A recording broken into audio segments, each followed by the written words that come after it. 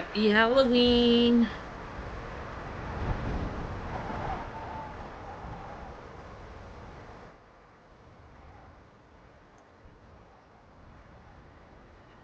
So, who wants to go first? Me. Yeah, I was gonna say I vote for Johnny.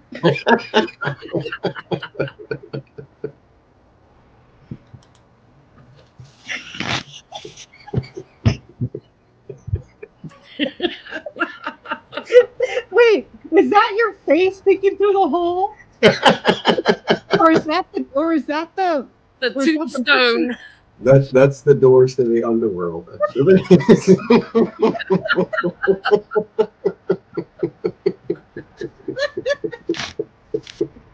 Wait, but Johnny, is that really you? I don't know if I can see your glasses. it's the ultimate of petty. That's what it is.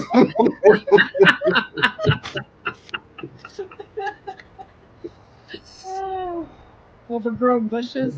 Mhm. She's in there somewhere. You look like a creeper. If I really am looking at your one eyeball, It's no, I'm not you really. look like a creeper hiding in the bushes. Mhm. Miss Becca, would you like to go?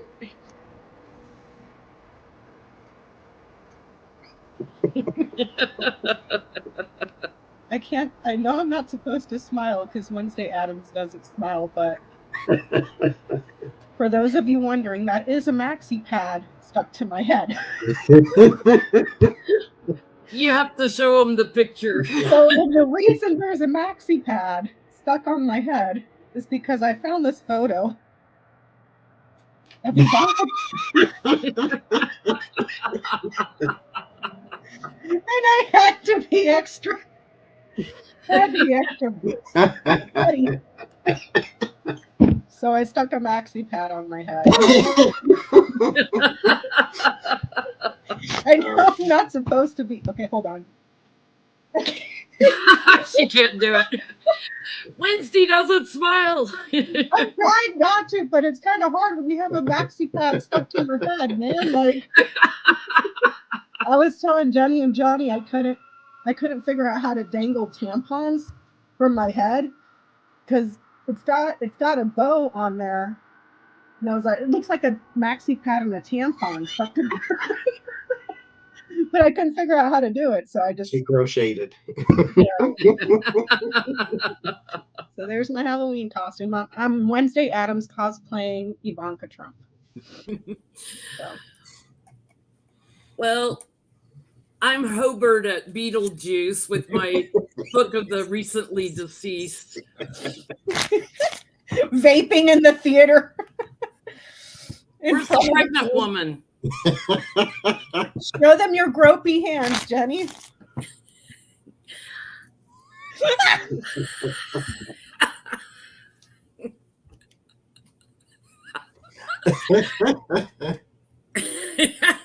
No, Lord. I have some extra groping hands too. Oh. I'm a little hot with long hair. I'm not used to long hair. This thing is itchy. Are you fishy, itchy kitty, Fishy, itchy. maxi kitty on my pad head. head, Oh, God. Wednesday Adams? This is terrible. Oh Lord. You know, I could learn a lot from this. Johnny was pulling a card to see how it showed up on camera with the weeds of Ivana's grave, and he pulled the devil card first thing. It was the first one. That's still there. There he is. Peering through the bush. Hoopty Hobart. Well, happy Halloween, everyone. We hope you have a good one. It's Tuesday. We're supposed to get snow here in Illinois for Halloween, so it's going to be cold. Becca said she's in the 80s. We're dropping into the 20s. Johnny said you guys are in the 50s over there. 50s. 50s when the sun is out, and then not so much all the rest of the time. Yeah. I'm ready for it's like we didn't get a summer, and then here comes October, the tail end of October, mind you, almost November, and then it's like, hey, summer's here. It's like, what happened? So, yeah. Well, let's start with Johnny. Oh, thank you, Margaret. Let's start with the Johnny Ivana question. How's Ivana feel this Halloween being in the weeds?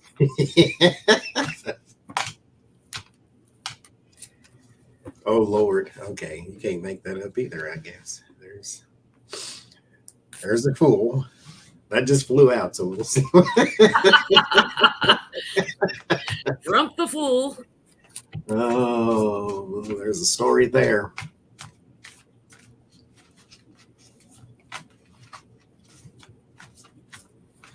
And, oh, big thank you to Jan for doing our thumbnail for this week. Yes, thank you.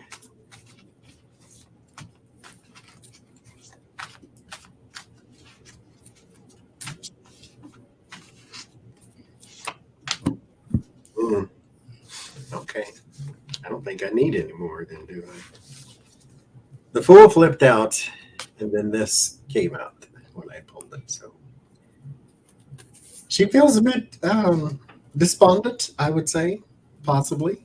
She may have one knife in each hand and one in the ethereal hand. We'll just put that in there then, shall we?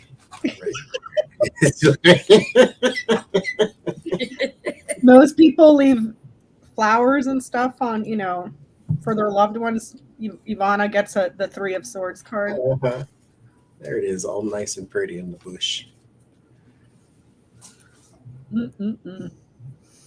So well, why did I have on the bottom? Two of Wands, the plan. There was a plan about her being there. She's on the other side. She's like, oh my God, look at where they've got me. And I get like the family is lying about structurally whether she's even in there. I still don't think she's in there. She's like, look around, I'm somewhere else. And I'm getting again, there'll be an action taken, a legal action taken to look to see what's in there. I get that she's pissed, maybe because there was a bunch of rats running around where she's at, or cockroaches or creepy crawlies, but she's pissed. That's what I get. She is still a Trump, by the way. Mm-hmm. In case you want to feel sorry for her.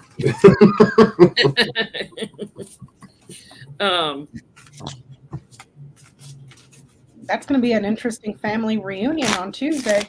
Or is it Monday that Ivanka has to go testify? Yeah, we have Don Jr. on November 1st, Eric on November 2nd, Ivanka on November 3rd, and then Trump on November 6th. So talk about a family reunion, you guys. That's going to be fun. I can't believe they're going to let him take the stand again. Well, the judge already told him the one time that he's not credible. And then gagged him or fined him. Trump Sr. is taking the stand? He's supposed to take the stand November 6th, I think. Oh, Lord, I might watch that one for real. Thank you, Desiree. Well, let's take a look at that. How's Don Jr. going to do on the stand? Oh, good God. The only one I've seen in court with him when he's there is Eric. The one he's blaming for everything. Dad. Oh, bless their heart. But how's Don Jr. going to do on the stand? Talking 90 miles an hour. And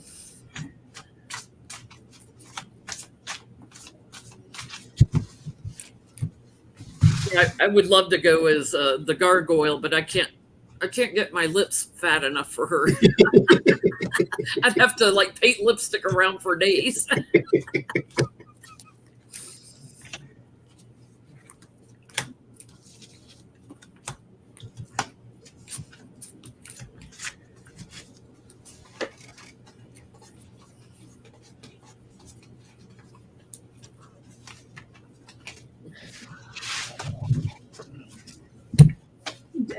Are these trials being televised or no? Um, I don't think so. no, right? no, I don't No. think so. Wish Shame. they were.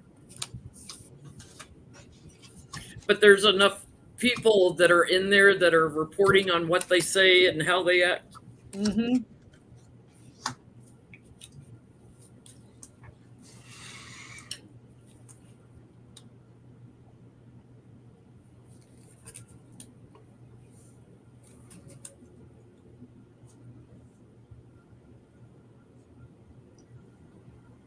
He's going to throw everybody else under the bus. Ass and elbows, Jenny. Ass and elbows. What are y'all getting? What'd you get, Johnny? Well, there is some burden around his position, a lot of it, because he held some sort of important position there within that company. So there's the Six of Wands, him and his glory. But he is going to possibly perjure himself too with the Moon and the Devil card there too. So I guess, when do you stop protecting the person who won't protect you is the thing he needs to decide beforehand. But the Moon and the Devil and the Six of Wands spells that he is in some trouble himself, and he should possibly be trying to save himself at this point, like Ivanka did. And he's going to lie, and there's some talk about, he is going to talk 1,000 miles a minute too, just like you said there with that. Mm-hmm. But he is also going to be talking about the business and the money that they had and how everything was legitimate. So he's going to do a PSA, some sort of save the Trump Foundation, donate $1 to your nearest postal service or whatever type of thing. But he's going to lie, and he's still on the hook. So good for him, I guess. Bless his heart. And boy. What you get, Rebecca? He's gonna lie, and I would not be surprised if he tries to turn the tables and blame this on someone else higher up that was advising them or giving them counsel. I don't know, like perhaps a Weiselberg type person, but he's linked here to the lie, and he's been persistent about it and has a history of it. It's all documented, but he's gonna lie. And then probably try to turn around and say, well, it was all Weiselberg. It was all, or whoever else. But he's going to get caught. So. I get that too. I get that, I wasn't involved in that. It was those three over there. I think he's going to say something about Melania too. So he may dump something on Melania, something that was done in secret, maybe shifting, monies around or something. He's going to get trapped in something, in some sort of lie about the money, like that he is not going to like. I think he's going to be higher than a kite. I think he's going to change his testimony and report on somebody higher up. So either Trump or Weiselberg or somebody. He's going to blame them. Well, let's see how Eric does. And this is all planned out. Like he's already got planned what he's going to say.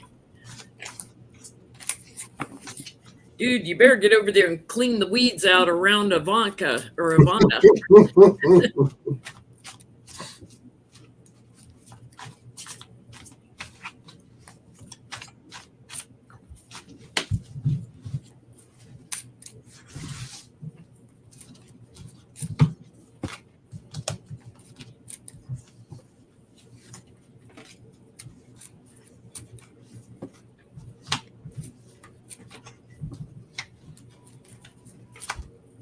Eric. Mr. I Eat Paste. Thing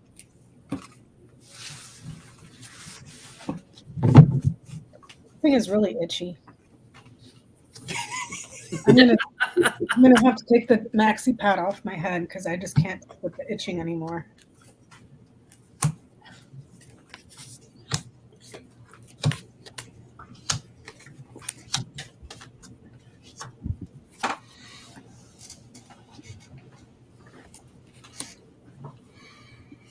Wow. Eric, bless his heart. Bless his little frickin' heart. Yeah, I don't. I get that he's going to answer. He knows the amount of crap he's in. The financial trouble that's very dangerous, that puts a target on him, he's going to answer. Man, key. So he answers because he knows about this, like they have him dead to rights. So the finances have been cut off. He has to answer, and then big trouble clouds and man for him. So Yeah, I get like he knows Dad and Ivanka are sneaking around, trying to keep her out of jail. He knows his goose is cooked. He knows it's a Tower moment.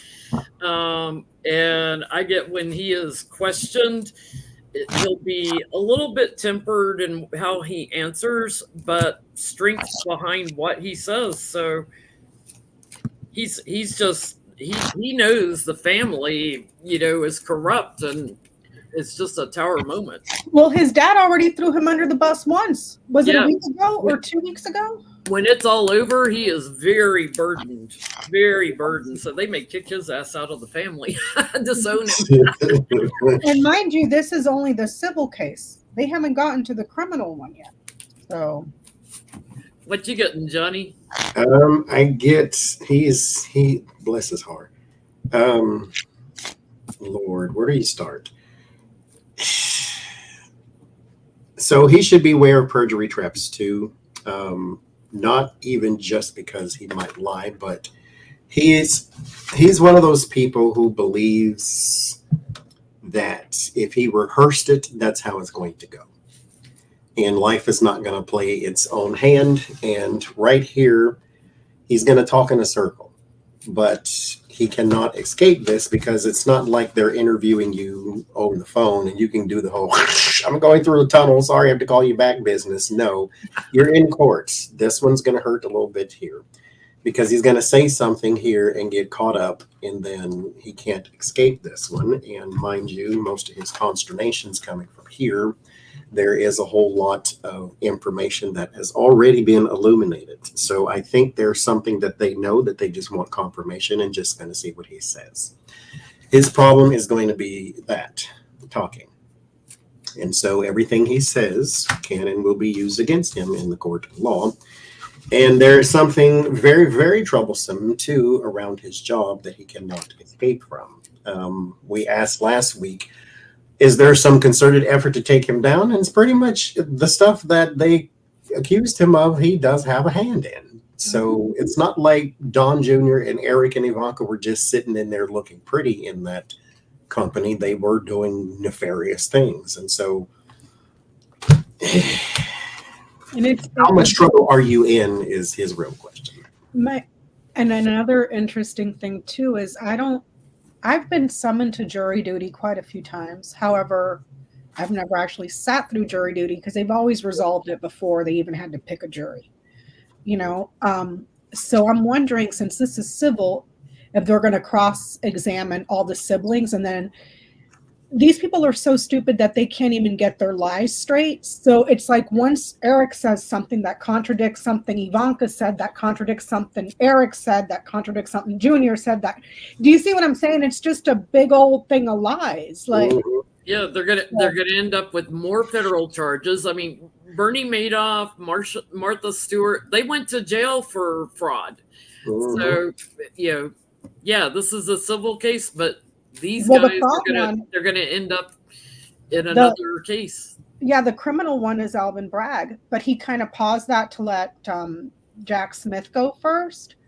But that one's set for next year, but I think he paused it. So anything they say in this one, though, can be used in that one. That's why Letitia James has been going to everybody's court case. She's sitting in on everybody's testimony, because what you're saying in here is going to be pertinent to what I got going on down the street.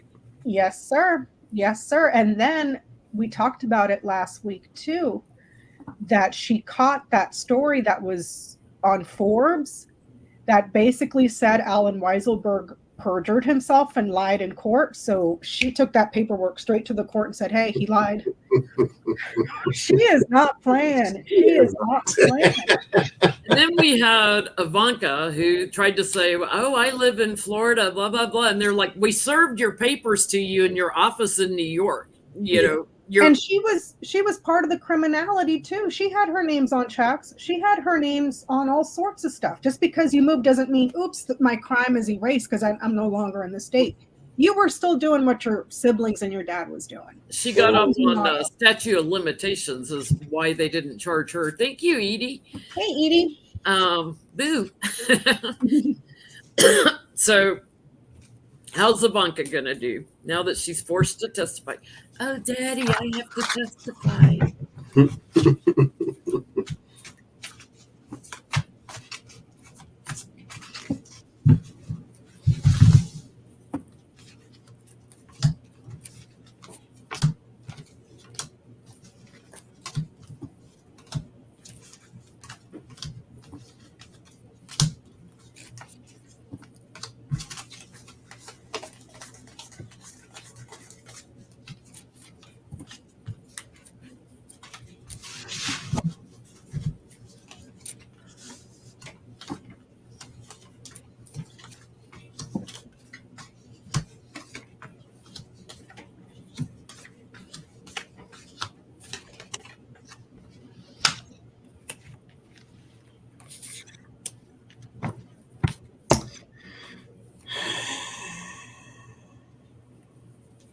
So I think there will be a lot of fractures in relationships here, a whole bunch. This may be between her and is she older than Eric or is she the youngest? I wonder. There's one of her siblings though, and it's the Page of Cups. He usually comes up King of Cups for me, so I'm gonna say it's him. There's a huge fracture there, like a gigantic one. So I don't know if she goes in and she dumps a lot on him too. But there is the need. Now, mind you, Spirit is always going to tell you to reconcile. There's the need for reconciliation. It's not going to happen now. But there's going to be some hurt feelings after that one. As far as how she will do, she will be on the defensive as well.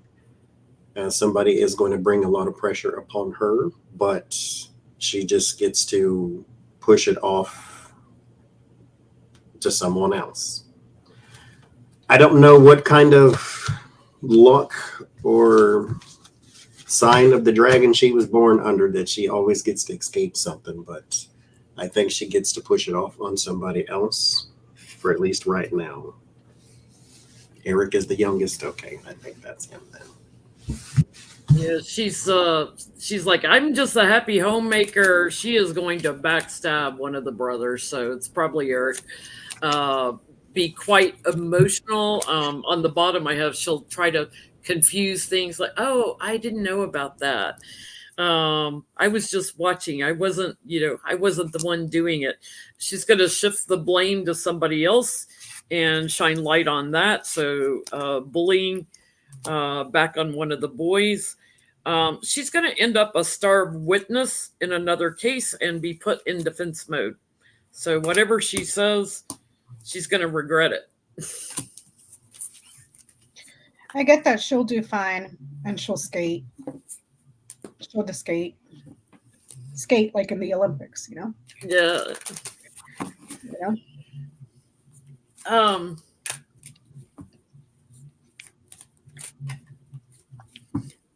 Democrat Dean Phillips is going to run against Biden. He is backed by Harlan Crow, you know, that so much with Clarence Thomas.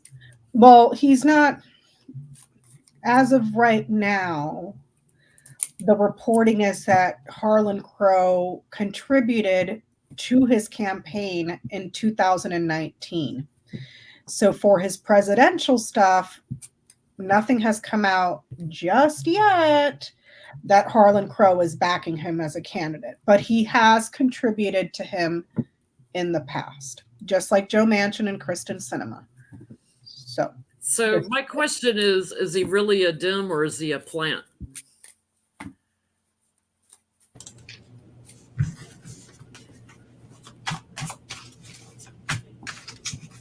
he a weed on Ivana's grave, or is he a dim? Her tombstone is in there somewhere.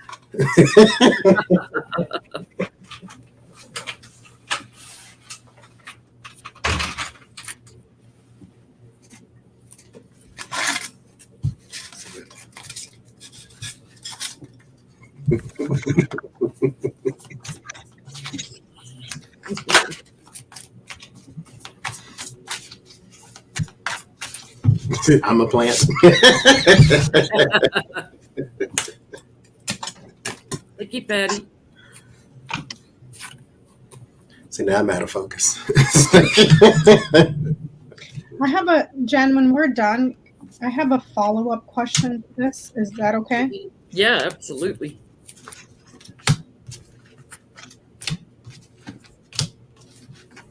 Dean Phillips. Is he a true dim or is he a plant?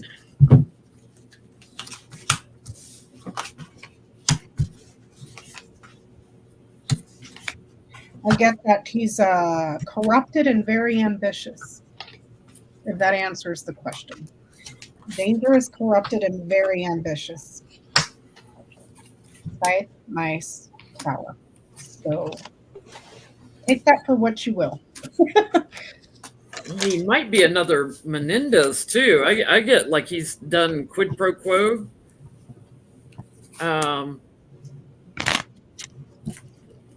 Likes to think he's fair and balanced, but something he's done is going to put him in defense mode. He's lied about something that he's going to regret.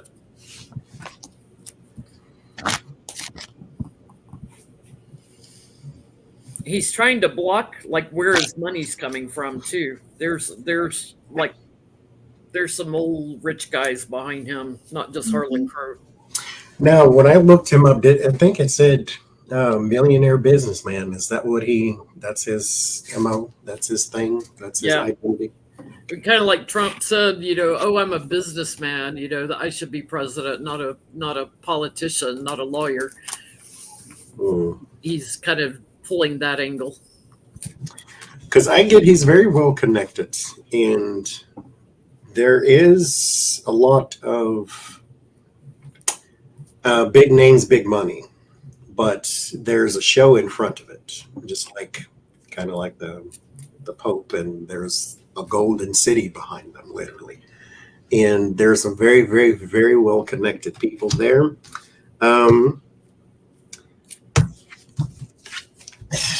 I mean, he's got an ulterior motive of some sort. I don't think he's very strong I think when people get into politics, if you are like Barack Obama, bless his heart, he's going to come in, he's going to change everything. And then you get in and you figure out this machine has been working before you got here. And you got to work within it or bring a whole bunch of people just like you in order to change it. And you don't do that, then you're going to have to fall in line with the rest of them. I think that he has an ambition, even with these well-connected people, that they're going to change something. Trump pulled it off because he was kind of destined to, I think. But I don't think he has the power to actually get in there and manipulate things and beat Joe Biden. That's not a thing he can do. He's not strong enough for that. Right now, Barack Obama could beat Joe Biden, but not you. And so he has a lot of manipulation on his side, but it's not enough to do what he wants to do. But he is not a person I would vote for. I'll say that. Yeah. And in my read, I got the scythe, the mice, and the tower. So I said a dangerous, corrupt person, but mice takes away. So it's almost like he's put there to try to siphon from Biden. So with that said, I don't know if you guys watch her Politics Girl. She comes on Midas Touch every once in a while. She's got an Instagram. I was not aware of the situation that happened in North Carolina. That was a complete takeover by the GOP. Complete and utter takeover by the GOP to where it's going to be effed up until the new census. And then good luck with that when the new census comes out. Because what happened was you had a few public officials at the North Carolina level, not federal, but in the state, that ran as Democrats, and then they all flipped to Republican, giving the Republicans supermajority. And then the Republicans went and took over the Supreme Court and made it into a Republican supermajority. And then they also turned around and made all the other judges Republicans that are in their wheel, like in their back pocket.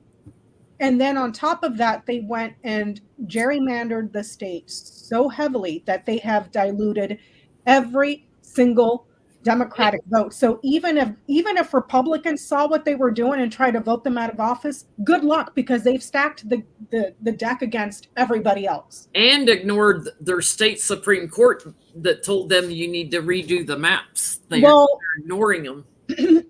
So now that's the situation, and that kind of flew underneath the radar. Now, I don't know what the laws are like in North Carolina, because if I was a voter and I voted for a Democrat to represent me in North Carolina, and that person got in, and then 2 months later was like, I'm actually a Republican now.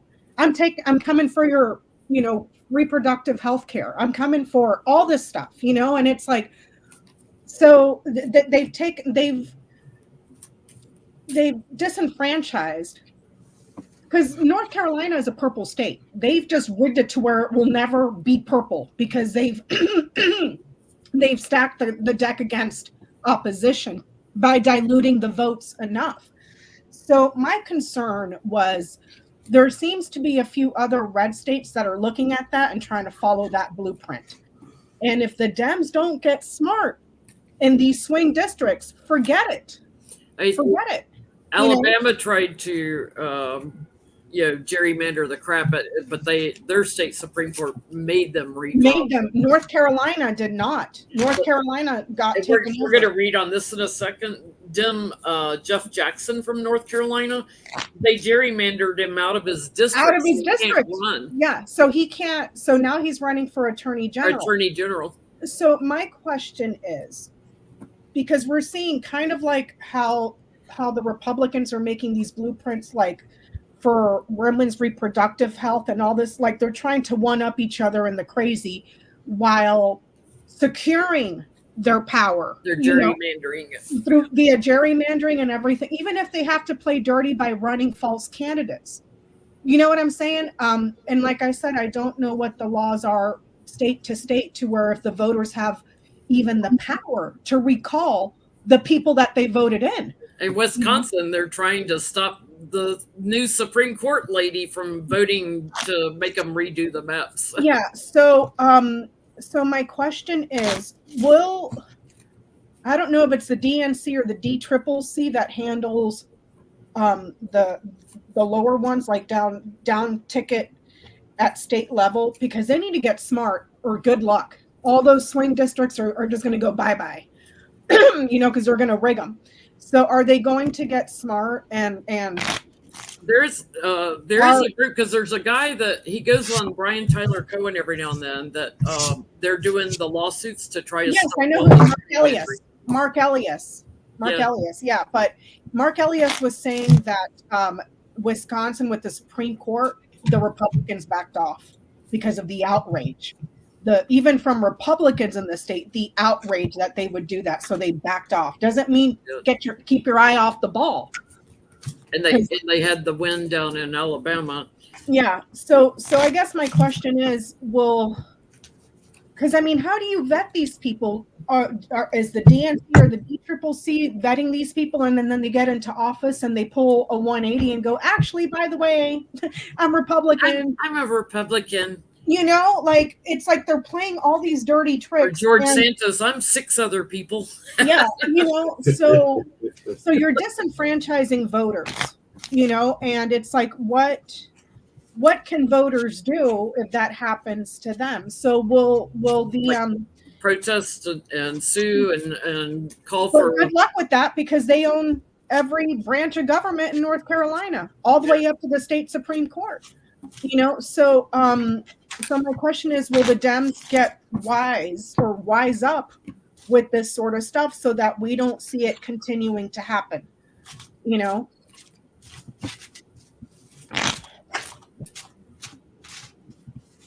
Like, they got to fight the gerrymandering maps, but they Oh, yeah. also got to flip the state legislatures because a lot of state legislatures are red. And that's what I'm saying. They have Like, they're they down have ballot. It has always been a weakness. and that's what I'm saying also. Even the down ticket state level stuff, they're rigging that. Look at what just happened in North Carolina. They rigged it across the board. Across the board at the state level. So even if you were to challenge it, good luck. You have to go to the US Supreme Court. And we've seen how corrupt those people are, you know? And this is something Biden has been working on too, trying to help them with.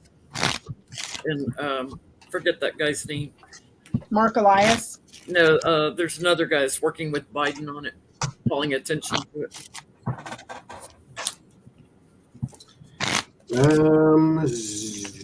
Temperance and the judgment. So there is a very, very, very, very slow rollout to correction. These are majors, and so these tend to have larger energy, but larger spanning energy, and so they take a little longer than just your minor arcana do. And so these will have some repercussions to where we do revisit this type of thing. But it takes a minute. The Page of Swords and the Nine of Pentacles. Here is your inside person, your person in disguise, as they say, or the spy. That's going to continue. The warning part is the Hermit. So the vetting is not strong, like at all, when it comes to Dems. This is my Democrat card. So it's not strong at all.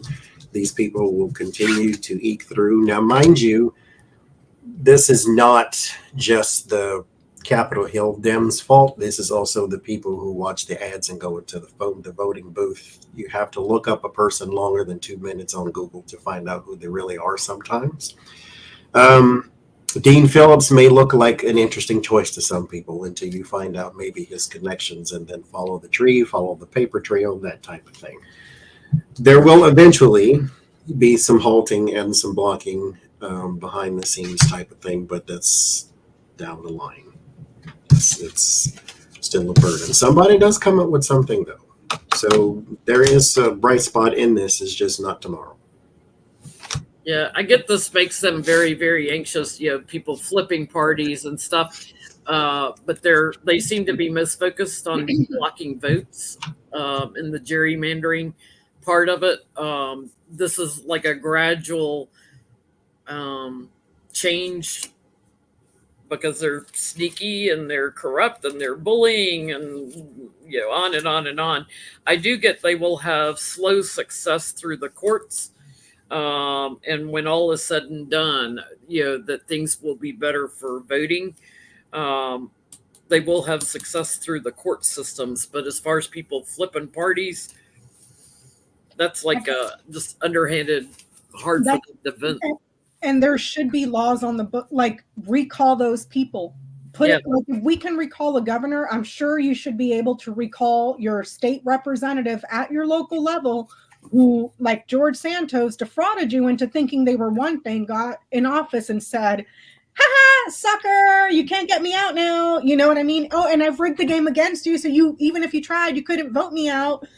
I get that it's the minority, the small people that are blocking any progress. Things do move forward slowly, but as they move forward, it gets eaten away. Over time, though, it ends with the lilies. Over time, it'll be resolved. So I don't know how long. The lilies can be a very long time.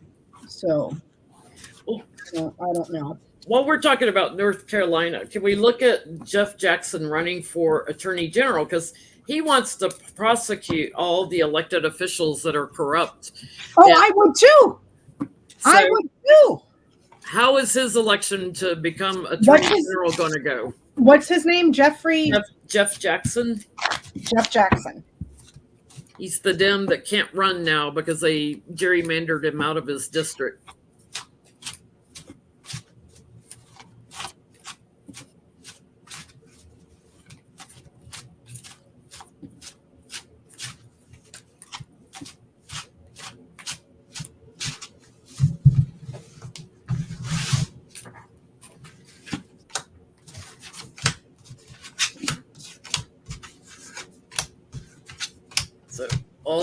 all the people that are pissed off that their officials aren't getting elected better vote him in.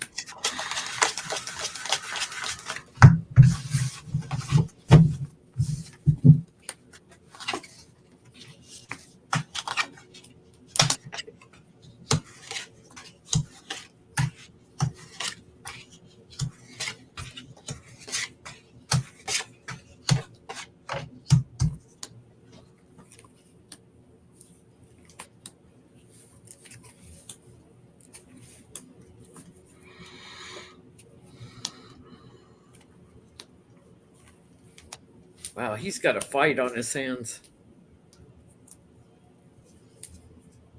What you getting, Becca? Or Wednesday?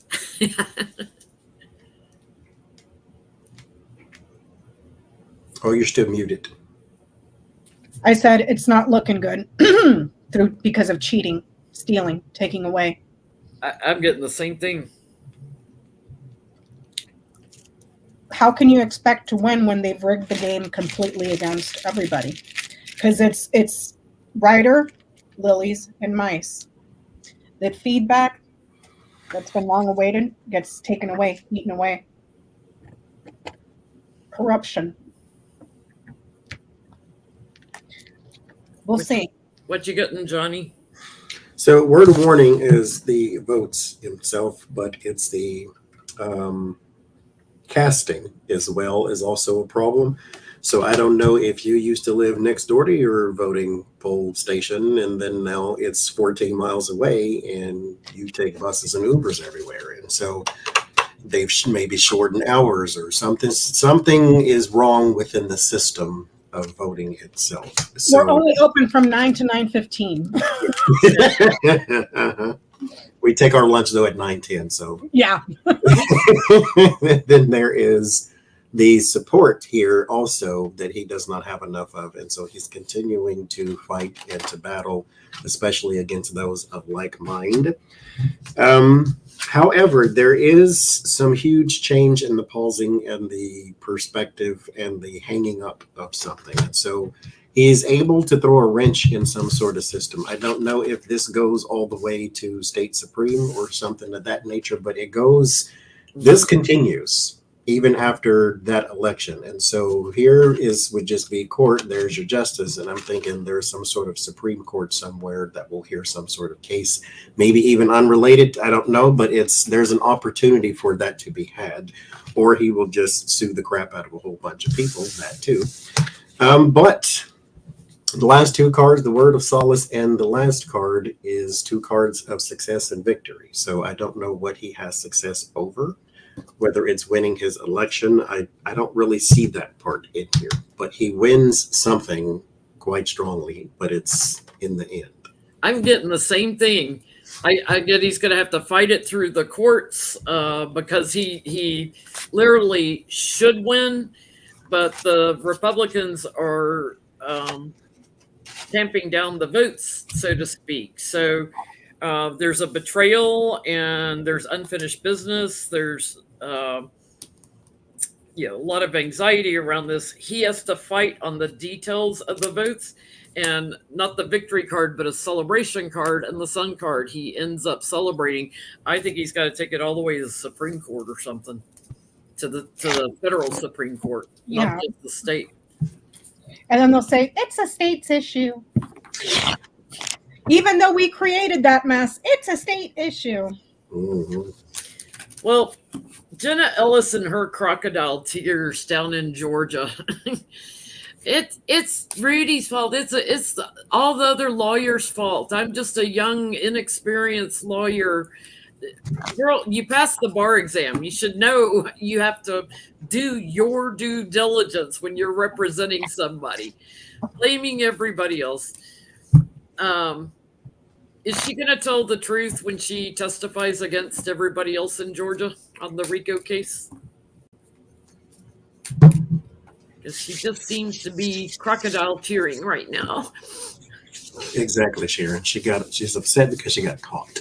Yeah, she got her hand She was caught. just fine when she was in the middle of all the garbage, but Yeah, it's one thing to catch COVID from Rudy's farts. It's another thing to get caught in Rico. Mhm.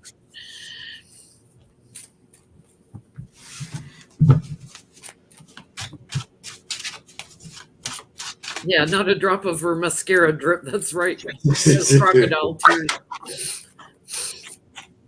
No fake crying.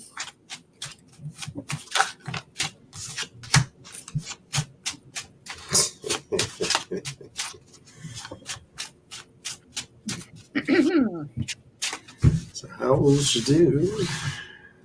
I gotta guess. She will. She told the truth.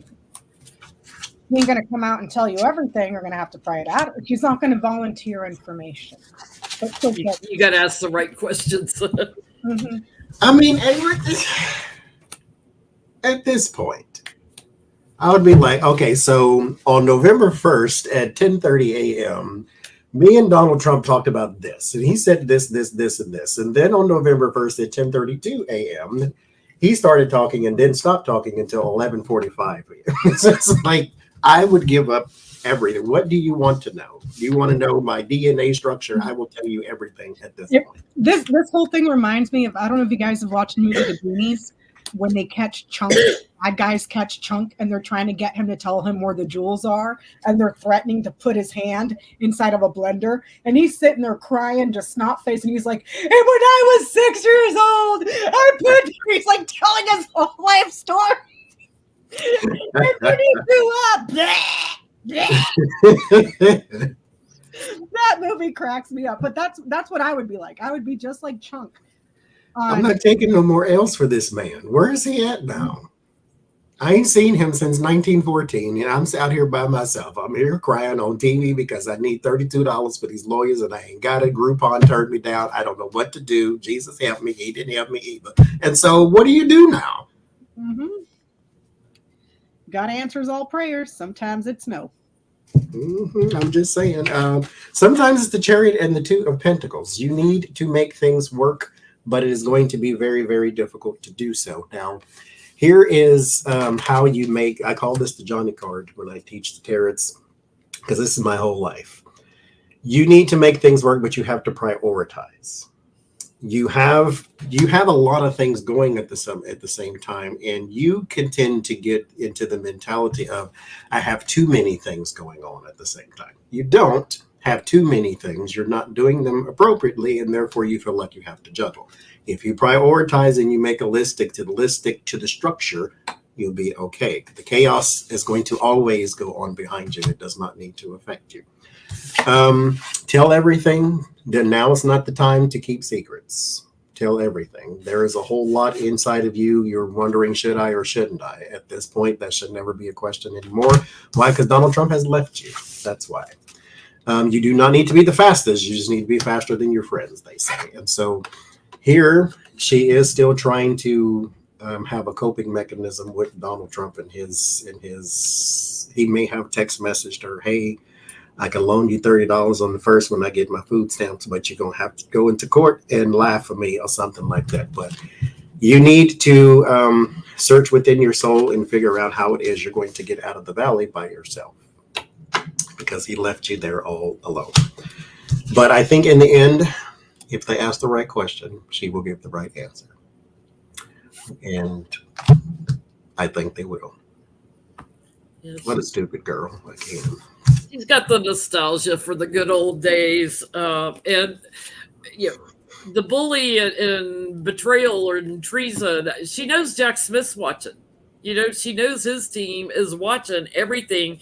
That this isn't over yet. This is, you know, there's a bigger case still to go, and she wants to make sure she's secure and safe. So she's looking at her options. I get she's going to give up some stuff on another woman.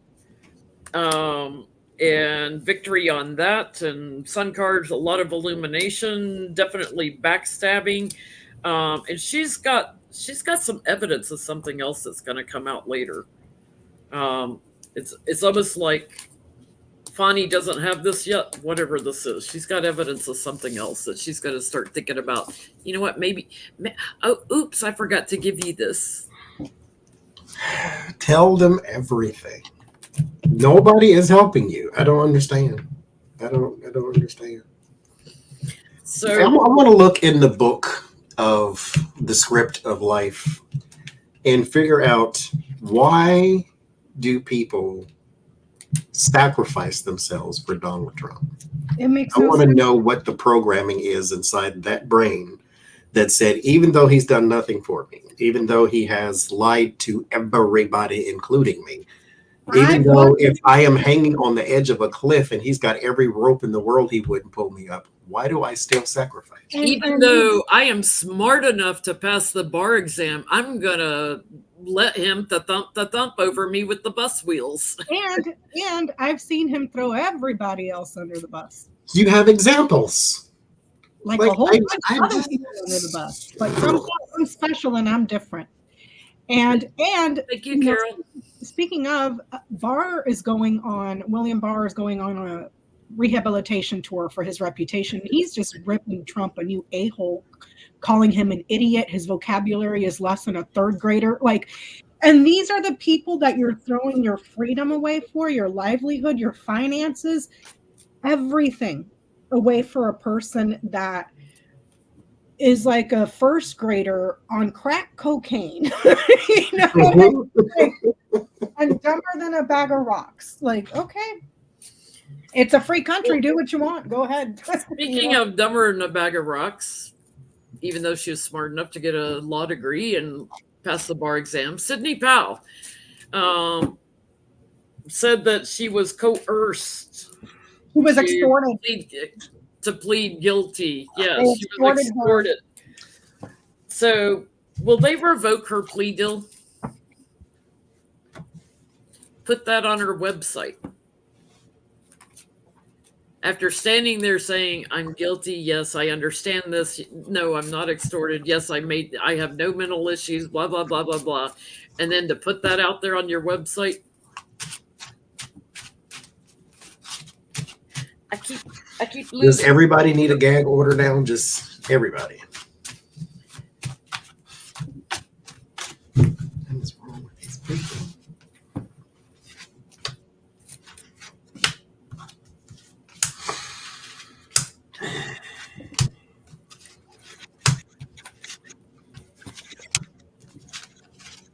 I mean, if you want to go spend some time in the slammer, by all means.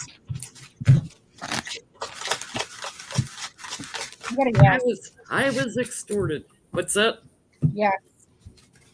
Something was, she got really wise counsel. She was guided, and someone told her, this is a good deal. But then she went out and lied and shat the bed. So, yeah. Yeah. Does this woman believe half the crap that comes out of her own damn mouth? I think that she is going to make this worse. Because she speaks in jumbled sentences as well, and she's one of those Biden's the lizard people. And so, remember QAnon? All that? Do you remember those people? Here, her actions are going to lead to this, and so she's going to make things a lot worse. She is under the guise of something. I don't know if it's a liquid or if it's a powder or if it's a solid, if it's an animal, vegetable, or mineral, or maybe a combination of all in the form of just Donald Trump. But he didn't pop up in this read. But there is something that she is under the guise of, and she is going to make this worse. Over time, though, she will be brought to heel. And right now, she thinks she's okay because they just told her the words probation. But Mike Flynn is also, they're circling him again.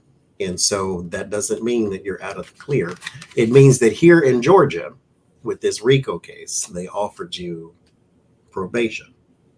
Mike Lindell and you had your little fun up in Colorado or wherever that was. That can be a whole different thing. So you spread yourself all over the country and somebody else may come for you. So just be careful what you say, because just like Letitia James, she's listening, or somebody else is too.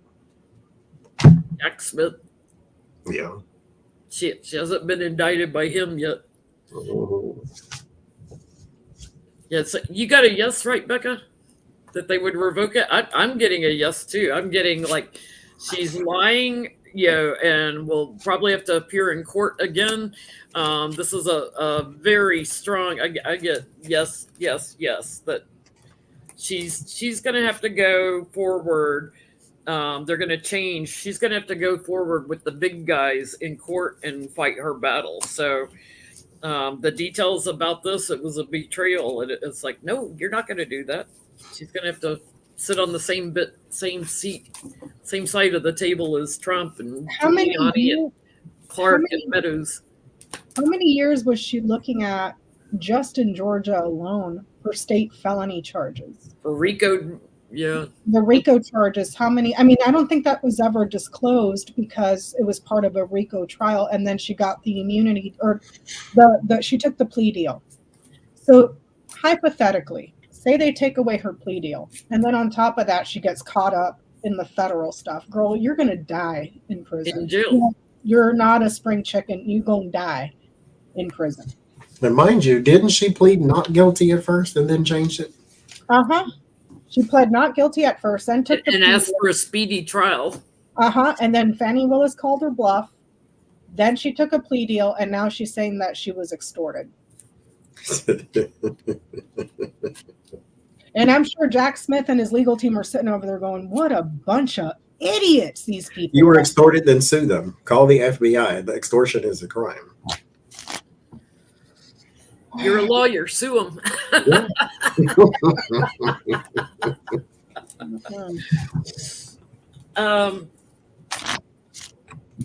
So Mark Meadows has immunity in DC, but he can't get a plea deal or he doesn't have a plea deal yet in Georgia.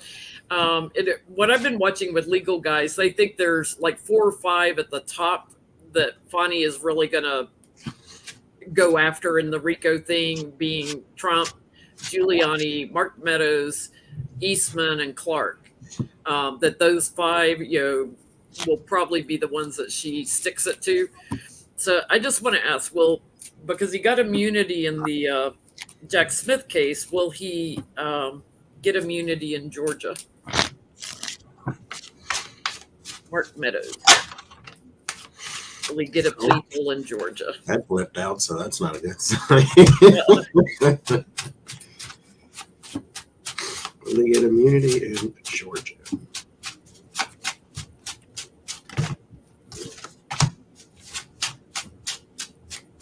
Thank you all for being with us on our Halloween night. This is our 4th anniversary of doing Sunday Night Live. Petty Boots. I get a nope. Not just a nope, but a hell no.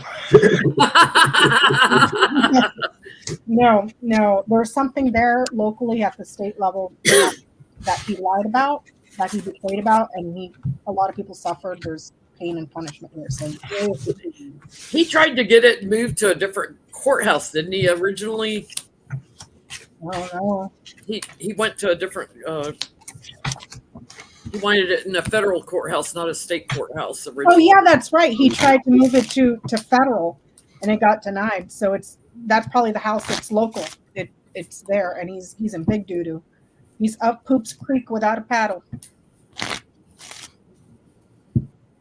No, I get he's one of the big ones that she's going after. He's going to regret it.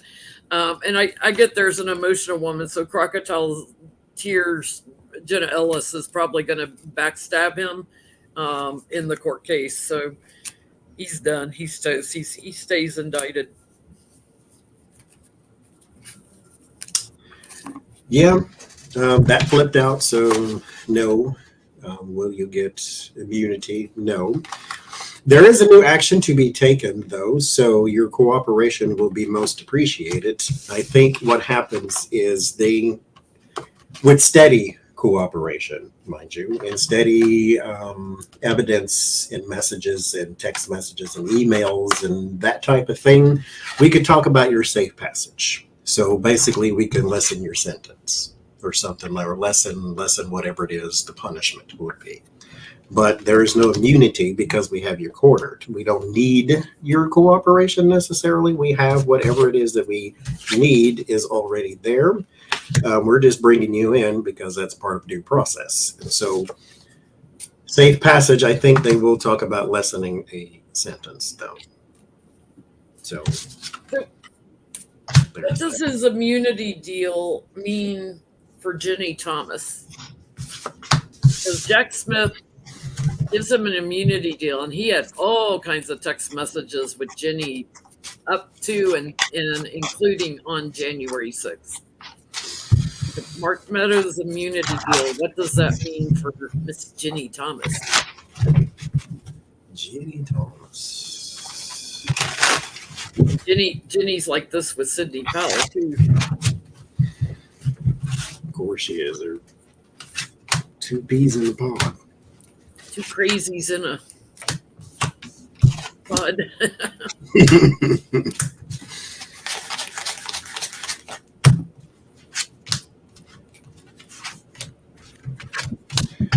Gin Rummy, what is it going to mean for you?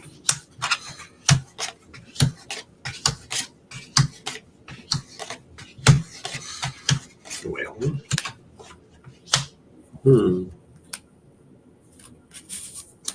there's two other women, but here there is evidence that is given. This may be resource in nature, and so there may be receipts for this type of thing. Maybe. It's definitely, like I say, resource in nature. It's not just money. It could be like the buses or something like that, but whatever it was paid for. So there's something there within that little piece of evidence, but there is another person here who has information. Now, this may be someone that you don't expect, like we have always talked about the invisible people.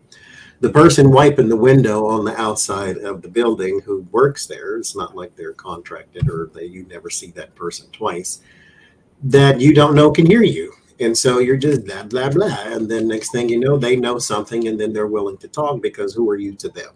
And so there's some sort of person here on the inside. There's another woman there who may be doing some talking. I don't know what position she held, but all of this is just going to put her in a defensive position because it's going to be he said, she said. So I don't see her going to prison. I don't see her being thrown into the pit of lions or anything of that nature. It's just going to be something else she defends against, and then she moves on and goes and get her hair done or something like that. And then does it again next election cycle. Yes.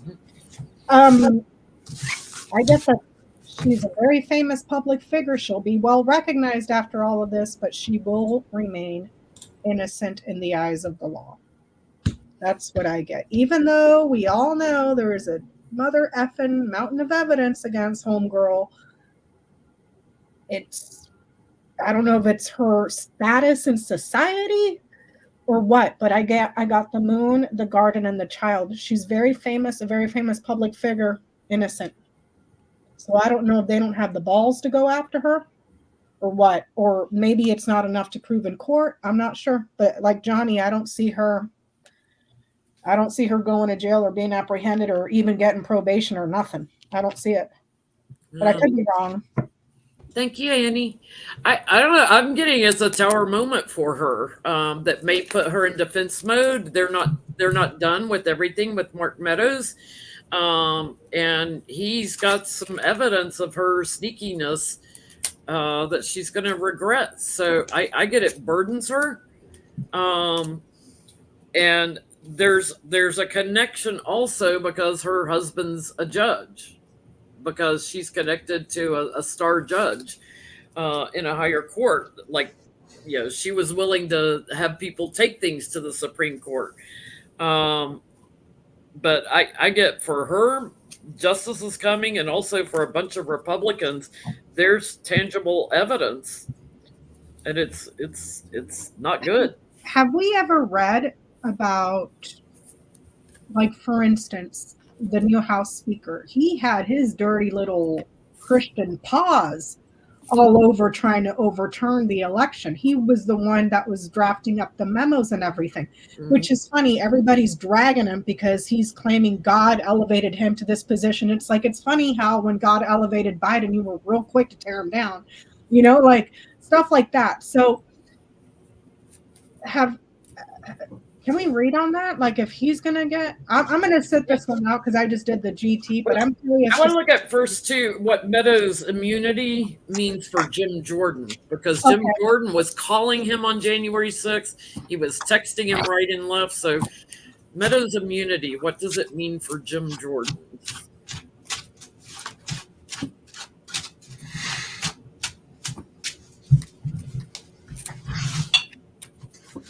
Yeah, it came out this week that Clarence didn't pay back the loan he had for his RV.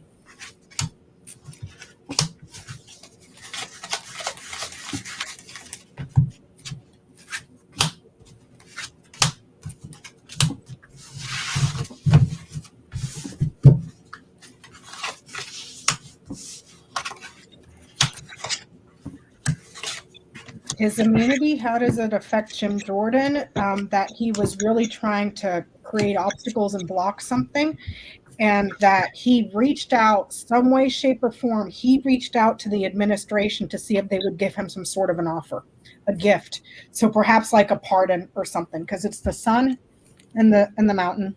So success is delayed, blocked. Here's the writer moving forward, mail. Here's the offer from the administration. So he was soliciting something. And we all know he was soliciting. He didn't come out and solicit for a pardon, but he was kind of dancing around it. Mm-hmm. Because he's in all those meetings. He was with everybody. And he also visited there, and he offered stuff to the administration too. So there might be evidence on that, on how when he was visiting, to the administration or wherever the hub was with the house, wherever that little hub was, whether it was Mar-a-Lago or the hotel or wherever, he was offering stuff, if that makes sense. So what you getting, Johnny? Ultimately nothing. There's the plans, and something is sort of kept close to the vest there. Something is also kept secret. There is also something here too. This one may have some implications, but you need the other side to run with it. That someone was in disguise. And I don't know if this is a fake elector thing. I don't know if this is literally someone posing as someone else, kind of like Santos did. Hell, even Trump did when he posed as his own publicity person. And so there's someone here literally in disguise to steal and to abscond with something. And so he has some sort of evidence on that ties to Jim Jordan. I don't know if he did it himself, possibly, but there is a disguise and a identity shift, if you will. Yeah, I get they were working together, and there's strength on details that Mark Meadows gave up. He was in the ring, and I get it'll put Jim Jordan in defense mode. There's a cover up.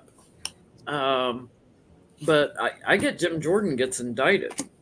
He may take a plea deal or something to just go away quietly. But I think, he's going to end up in a higher court.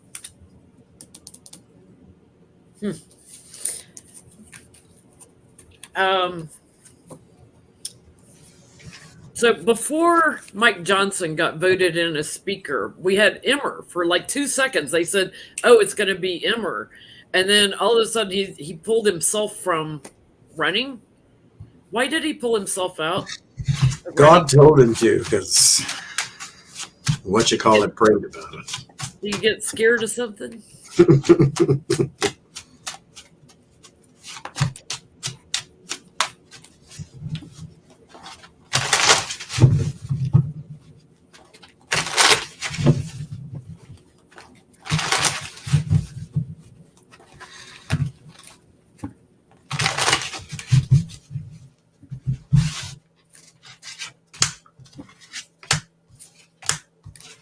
To me, Mike Johnson's no better than having Jim Jordan in. Thank you, Claudia.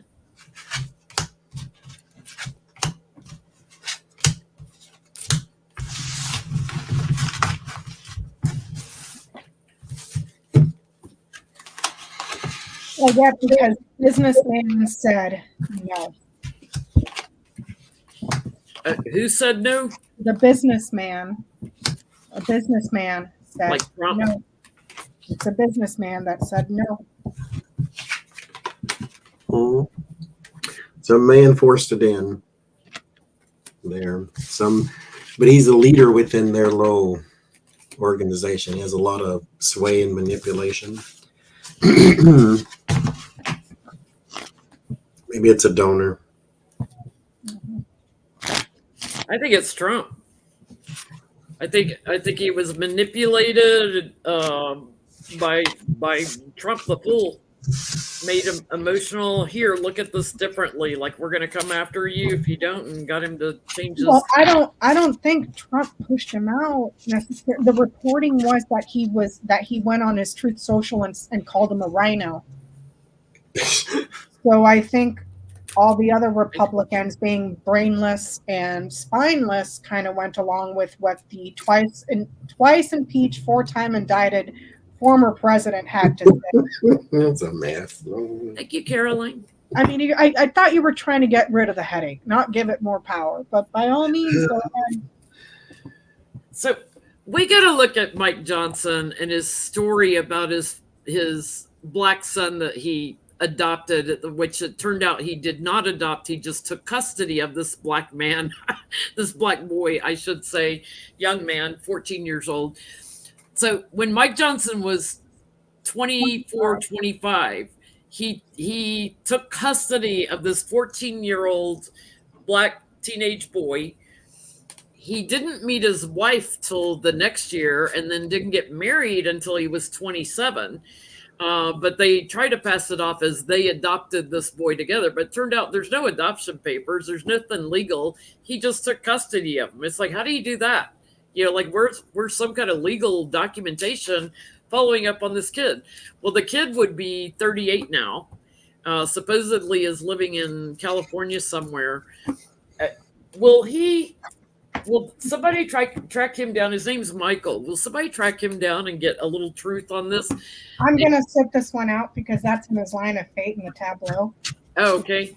So I'm just going to sit this one out. Tell us in a second what the line of fate said. Hang on. Let's see what we get.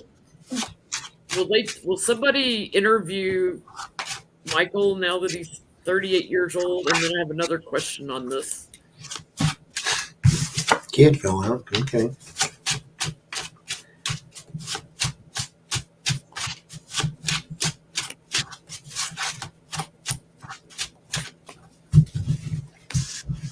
No adoption papers because he's claiming that the process was too long. Kind of like, Clarence Thomas taking buttloads of money, can't figure out how to fill out a financial disclosure form, but he can interpret the nuances of the Constitution and the law.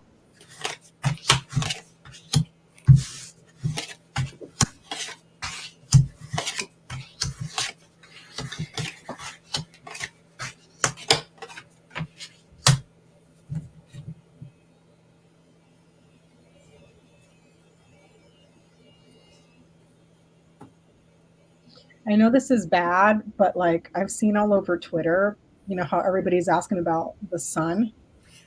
And nobody can find them. Those little faces with the little popsicle stick handle? People have been photoshopping his face with the popsicle stick handle into the family.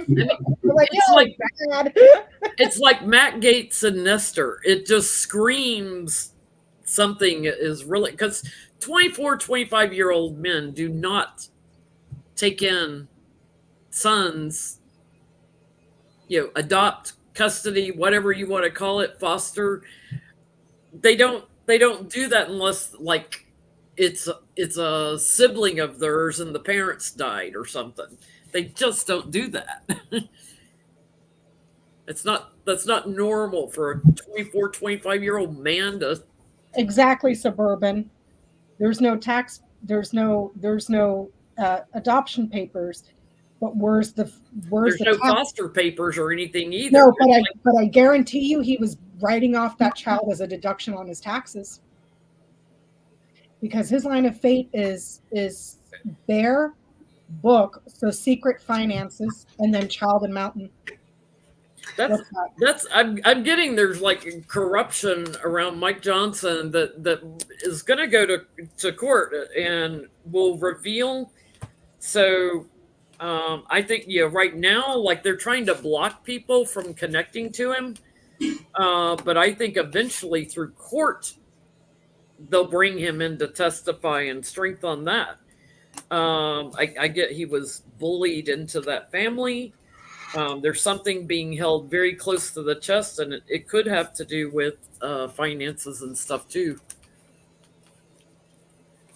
What you getting, Johnny? I'm so confused. Is this a real person? Like we've seen There's a pictures picture of this it. person? Yeah. Okay. His name's Michael. There's no family aspect here. There is a woman now, Queen of Pentacles for me, Taurus, Virgo, Capricorn, or a person with dark hair, dark eyes, or dark skin, possibly too. They have a deal here of some sort. This is financial in nature with the Three of Pentacles. This is a collaboration and a collaborative effort in order to pull off something else. There is some sort of thing that is written down. This is not financial in nature, but this is maybe just an agreement of some sort. And then there's manipulation, and then there's a quid pro quo type of thing, this for that, or balancing both vessels. This is for the success of a household, or for a parsonage, or for something like that. This is not. I don't get 10 of Pentacles or 10 of Cups. This is not the happy harmony family type of thing. This is a deal of some. So these are the first two cards. This is a lie, schemes and gossip, or not schemes, but lies and gossip in the spy or child. And then this is a deal. And so word of warning, though, is these details are quite murky. And so this is meant to be confusing, or it's meant to keep people looking the other way because they don't want to try to get to the bottom of this. But that's what reporters are for. They will love this type of thing. And so... Well, what's interesting, like in the pictures, when he was 27 and he got married to his wife, there's one picture of them with this Michael. And then he's not in any family photos ever again. There's one photo out there of him. So he would have been 16 when Mike Johnson got married. I mean, and then he just... I'm not saying this about all men, but I'm pretty sure 25-year-old men, I don't give a damn how religious you are not out there trying to be like Jesus, adopting orphan children or whatever the hell he was doing. Like, most guys that age, I don't care if you're religious or not, are trying to get their wet, okay? So not raising no damn kid. You know, it just, the whole thing is just weird. Right. And then they're saying too that there's all these rumors that all the gay people in North Carolina or Louisiana have stuff to say. It's like, ooh, he's another Mike Pence in the closet and all that crap. Another Lindsey Graham. Another Lindsey Graham. Yeah, it just screams like Matt Gaetz and Nestor, and it's like, who's seen Nestor lately? Nestor's over 18 now. Where's he? So, creepy. What costume is George Santos wearing for Halloween? Of his many identities. Where is my... I don't even have them up here. I think I need my deck of characters on there. Maybe I need the Bosch one for this one. Good Lord. I might have to pull some deck of characters too.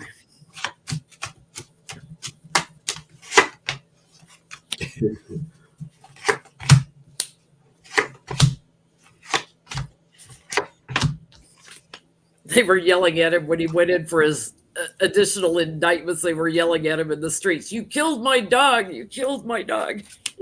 His fake. Ooh, he's dressing up as some celebrity. You know, I can I say, please, we've all seen all the articles and the interviews that Mike Johnson has written about how much he hates gays and it should be criminalized and people should be thrown in prison. First of all, nobody says anything about female relationships. It's always the male relationships that these freaking bigots and misogynists have an issue with. Second of all, If you're so holier than thou, I live my life by the Bible, go read it, and that's how I live my life.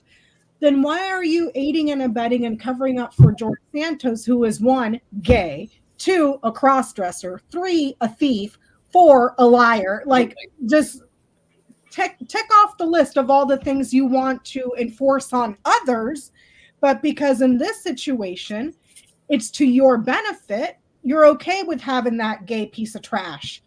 His words, not mine. In your caucus. Make that make sense. Mm-hmm.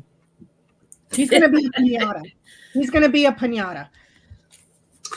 Something decorative that you hang on a tree and beat with a stick. I think he's going to go as Mick Jagger. It's like some celebrity.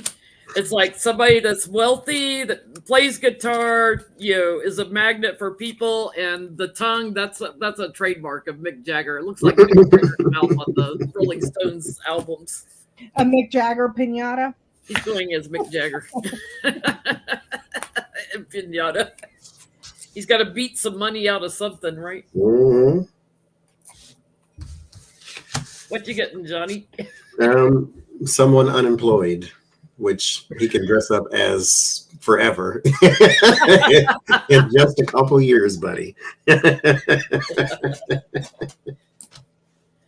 Okay, so Representative Becca Ballant, the Democrat from Vermont, went 11 minutes on MTG during her censuring presentation to try to get her censured. She went for 11 minutes with receipts. If you haven't seen the video, you want to see it. I want to know, will they censure MTG? Because the thing is, even if they don't, even if the Republicans won't vote to censure her, and I mean, it was awful. It was crazy awful, all the notes that she read, everything that she has said. She's putting on record all these Republicans as racist, bigoted pieces of crap, so that they can use that for elections. She's going to make them get on the record and vote. So will they censure MTG?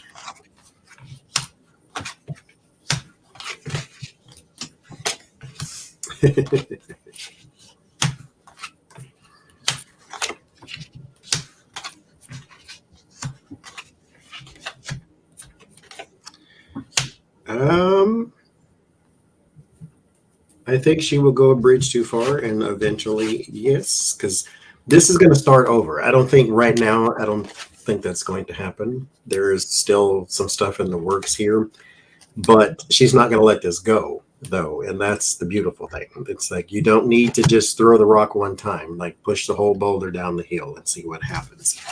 Because I don't think MTG's time is going to be long there anyway. There's going to be some eventual separation and some more than censoring, but this is going to start over, and then eventually there will be some celebration around shutting her up. I agree. Like right now, she's too strong. I get they'll be quiet as a mouse. Like they won't vote to censor her. She's like a star of their party, a darling. But I do get she's got indictments coming. So whether that's from Jack Smith, the bully card for me, she will get separated from her seat because she's trapped in something with men. And, like the Jim Jordans and stuff, she's got a tower moment coming. Betrayals and treason and stuff. And it has to do, I think, with the group that we're working on the electoral votes. So she's not going to be there much longer, but she won't get censored.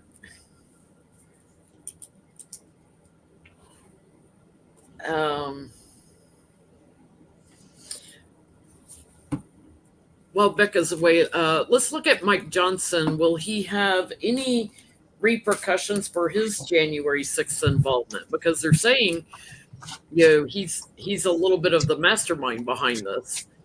For those that didn't see, Wednesday night, Becca did a grand tableau on Mike Johnson. It's fabulous. Definitely want to go watch that. Will Mike Johnson, our new speaker, have any legal repercussions for January 6th involvement.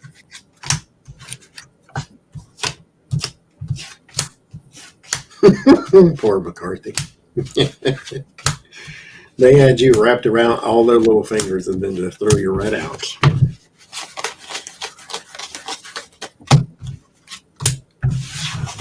Mike Johnson.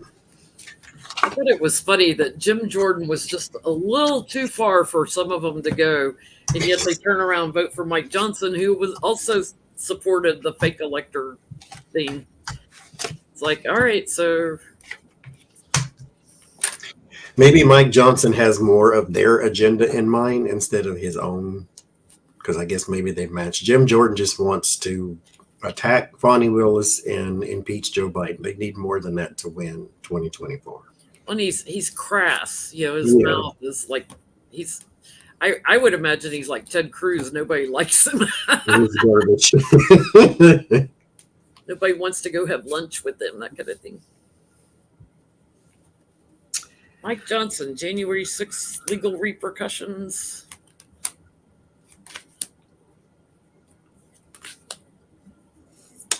I don't get any legal repercussions. I do get this circles him for a while, so maybe it's just mentioned and mentioned and then mentioned and then mentioned, because there was some support from him here, and there is some messages of that type of thing that is found in Discovery. But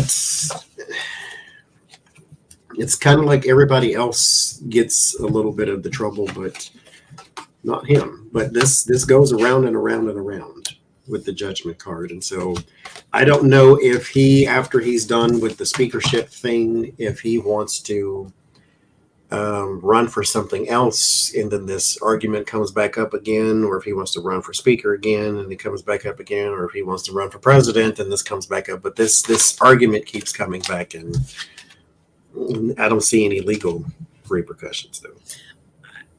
I think he will have legal repercussions, victory on that, but I think he's going to be like Mark Meadows. He's going to take a deal, a plea deal or an immunity deal. I get they question him, and then they offer him a deal. So I do get it's a tower moment for him, and you know they're using it to go after some of the higher ups and stuff in Trump's administration, and he will be like in the courts having to help fight it. I don't see an indictment for him, but I think he's going to get offered some sort of immunity to testify.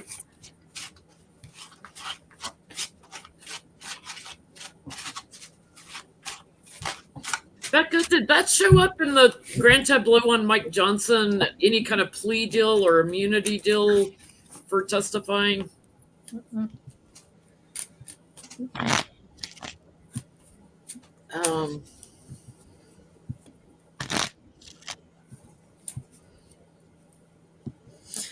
Will Chuck Schumer find a way to work around Tuberville for the military appointments?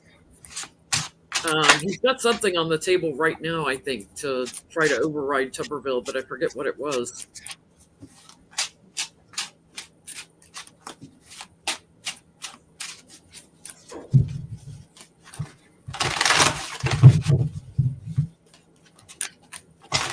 Thank you again to everybody for joining us on our 4th anniversary of Petty Boots Sunday nights.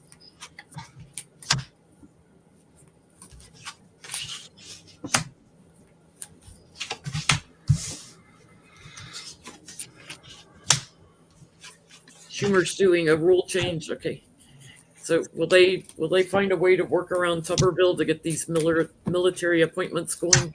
I get a yes. They do some sort of a change. They upgrade or change something that lets them move forward. So I don't know what that would be. I don't know if that's a change to the filibuster. I don't know what he does something that he changes so that they can move this forward and progress it. Does that make sense? Yeah, it's happening quick too. Changing the structure of it, so it could be like the rules are changing how they structure, how they do that. And he has enough agreements. This is happening fast, like really, really, really soon. What you getting, Johnny? Depends. So I got McConnell first card challenged by the opportunity. And so there's something here about the opportunity to even present such a thing. I don't know if they want him to change the people involved, nominate new people, or whatever the case may be. But there's something here to where you need to work with another part. You need to reconcile. You have to compromise because it ends in the 5 of Cups. It's like whatever you were looking for, you don't have, but you didn't lose everything. So it's kind of like a yes and a no. Like you don't get exactly what you want, but you do get something. And so, yes and no. You know what that tub of crap said the other day on his media tour? That the reason that there's so much conflict abroad is because the Democrats caused it. Oh, Jesus, Christian. Tuberville, the one that's holding up all the appointments is now blaming us on all the international crises. So it's like,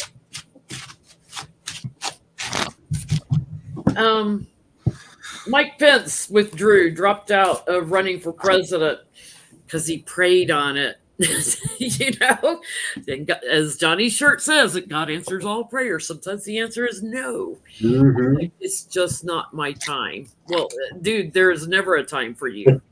If you wanted to be president, you had an opportunity. Yeah. What part of the people outside with gallows chanting "Hang Mike Pence" did you not get? Like, I'm just saying. You could have been reading this book soon, Mike. What part did you not get? God. The recently deceased. Oh my God. I was shocked that he decided to run at all. It's like, what was he thinking? But anyway, he's in the hole, financially speaking, on his campaign, way in the hole. So they're saying he's probably going to have to continue fundraising to pay off his debts because he's got so many debts. So Mike Pence, how's he going to do on his fundraising to get out of debt? Okay, you know what that means? Wait a minute. I'm about to be messy, so wait. Chapstick on to talk messy. This is Petty Boots chapstick. When God gives you an out at all times, when you think that you know better than the great divine, then he lets you go. You go ahead. And then when it fails miserably, I want you to turn around and look at me, and then I'm going to say, I told you so. Because I get to. but You thought God told you to run for president when he did not. Maybe he told you to make a run for milk and eggs so that mother could make you some breakfast in the morning. But whatever the case may be, you thought you knew better, and then it turns out you didn't. That's why you're in debt. Everybody else can run for president and then drop out and be just fine. You screwed this up because you screwed this up. Follow your tower and you will see where it went. He thought God told him to run, and then God turned around and said, no. Don't run. You know what really cracks me up about all these ultra religious zealots, Appointed by God, elevated by God. Yeah, anointed by God, elevated by God. They sure do have a hard time hearing when God's a knocking. Because And why you can't hear when God told you to feed the sick and heal, or feed the poor and heal the sick for free? Why you hear that part? That wasn't God. That was Jesus, and he's that's true. Those are two different people. It's a bit too woke. That's not what Jesus. That's not what God said. God said, "Hang him." You know. So, what was the question? How is Mike Pence's finances going to be? Because he's not making a 6-figure salary as VP anymore. He's got no income.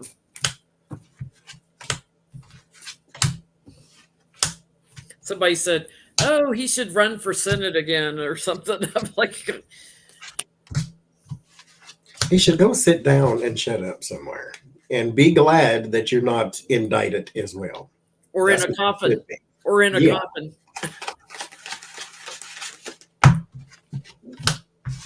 God did not tell you to run for president. As we used to say back in the church, God does not call the equipped. He equips the called. And so people who feel as though they can do it is not necessarily the one God wants in front.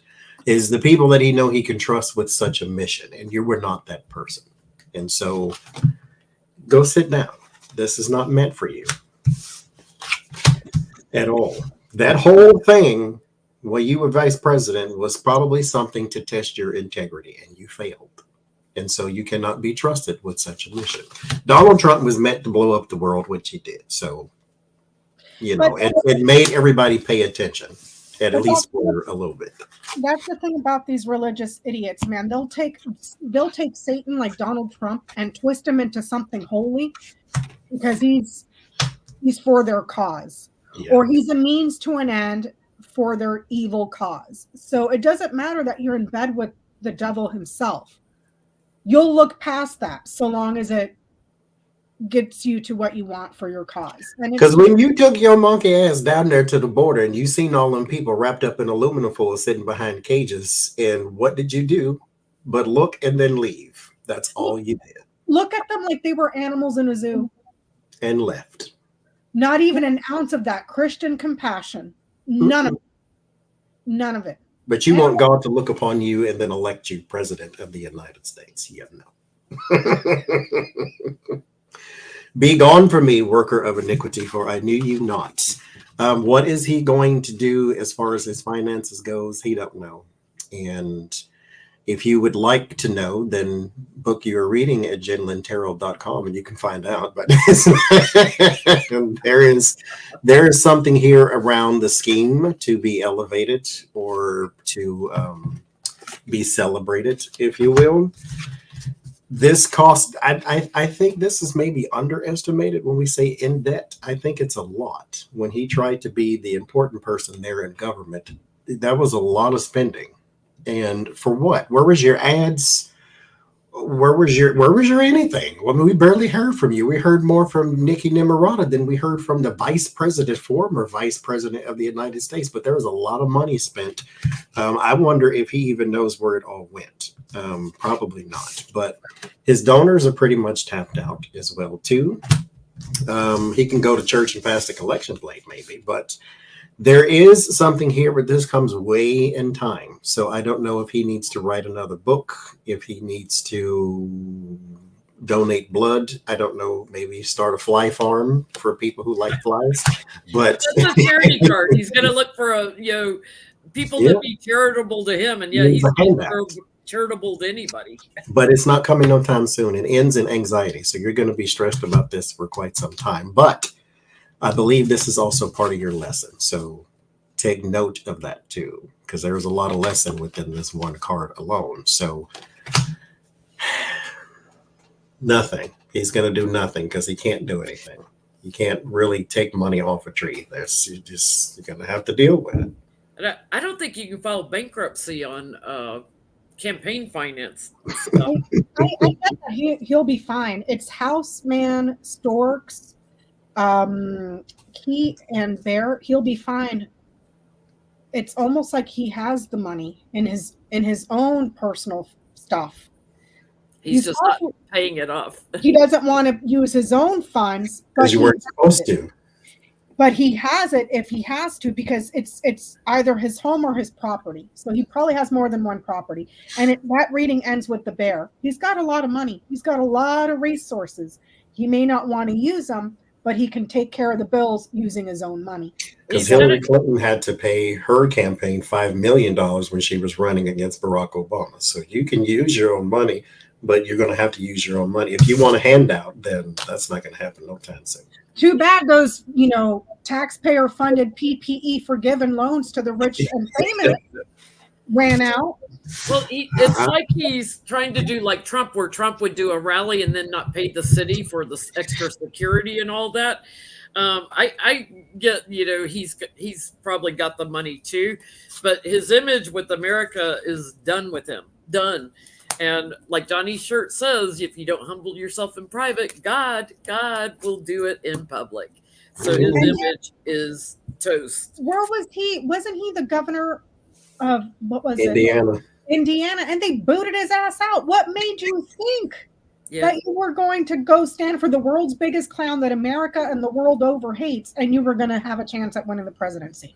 When you stood by and did nothing but make excuses for the horrific things that that man did.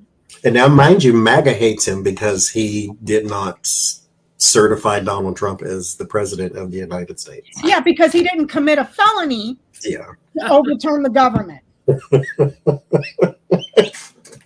Meanwhile, Part of those his- morons I are mean, all the signs are here. God gives you an out. that's not he's not listening for God. He's listening to his own ego and his own ambitions. Mm-hmm. I mean, I think anybody, Democrat or Republican, anybody running for a major office, and especially president, has got to be a little bit of a narcissist and egotistical to want the highest office in the land. To be put in a fishbowl for everybody to scrutinize everything you're doing. Yeah. And you better make sure your nose is clean. That's I said that before too. I wonder, someone should do a mental study on people who run for president. Like that's an ambition higher than I can ever imagine. I would never, just foreign policy alone, I would never want to be in that position. And everything you do coming under scrutiny, just not Everything. by other world leaders. It's beyond being a celebrity. Because Mhm. as a celebrity, you're just there to entertain. As a leader, you are there to lead an entire country. You are responsible for everything that happens. Lead, negotiate. Yeah. Mm-hmm. So, Colorado, are they going to win their bid to keep Trump off the ballot? Keep Boebert off the ballot, why don't you? Hey, it's me you're talking about. all the hoes come and vote for me. All the men that like me. All the men that like to Oh Lord. roast around, come on and vote for me. Like my hand keeps falling off. There's one vote. There's one vote right there.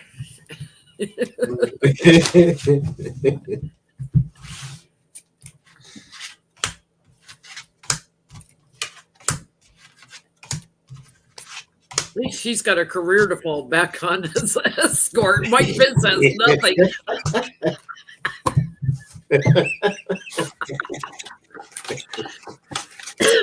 I'm sure he can find a Tinder Grinder website somewhere. Somebody's looking for a deal somewhere out there in the world.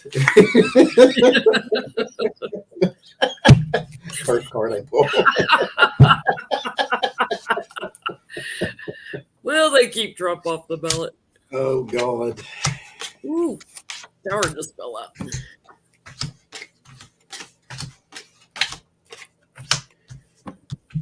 Well, I think there might be, there is a strong possibility for such a thing. There's an agreement to do so.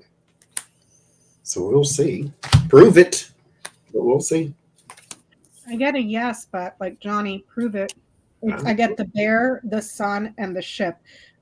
There's a lot of resources and a lot of power that's very optimistic about distancing him. A lot of enterprise that's trying to keep him off the ballot, but we shall see.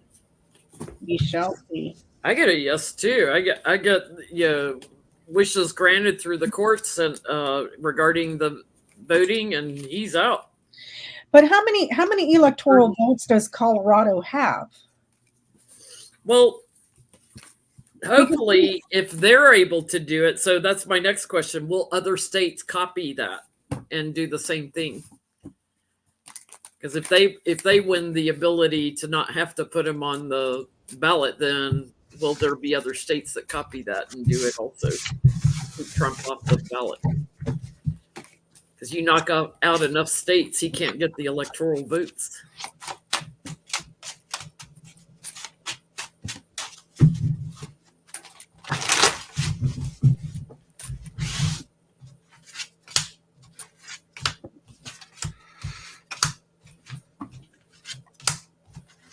I get that it's something that's desired by many, by a lot. for other states to try. Will it happen? I don't know. But it is an offer for a lot of people that is very much desired.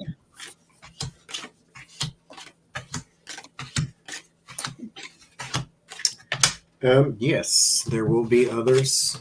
Confirmation card there, the opportunity for it. There's, and I don't know, this is not maybe wide sweeping, but there's at least 3 other leaders here in positions somewhere that would like to do this. There's also another group here that is also going to celebrate. So possible 6. But it creates a very, very huge burden. It also creates a lot of lawsuits too, naturally.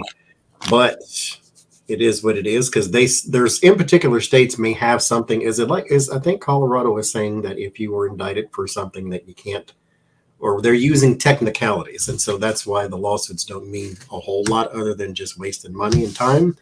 But they are working through the technicality parts of it. They're trying to use fine print. I mean, because that is inconceivable to me, that you would allow a person that is an indicted felon. We don't know if he will be convicted by the time the elections come, but Rick Perry was a convicted felon when he was running for office in 2016.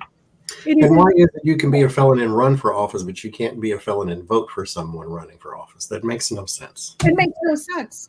So I get yes that others will return to this and fight to keep him up. I get at least 3 other states, but I get there's a lot of strong abundance. There's a lot of people that would like to keep him off the ballot.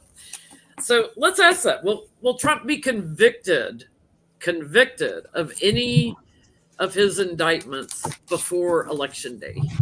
Should we say federal ones? Federal indictments. Will he be convicted of any federal?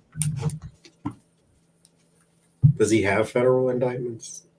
Jack Or Smith. are they just local right now? Oh, yeah. He's got the Jack Smith one that goes to court. How can I forget? Case. He's going to have more from Jack eventually. Will he have any? Before 2024.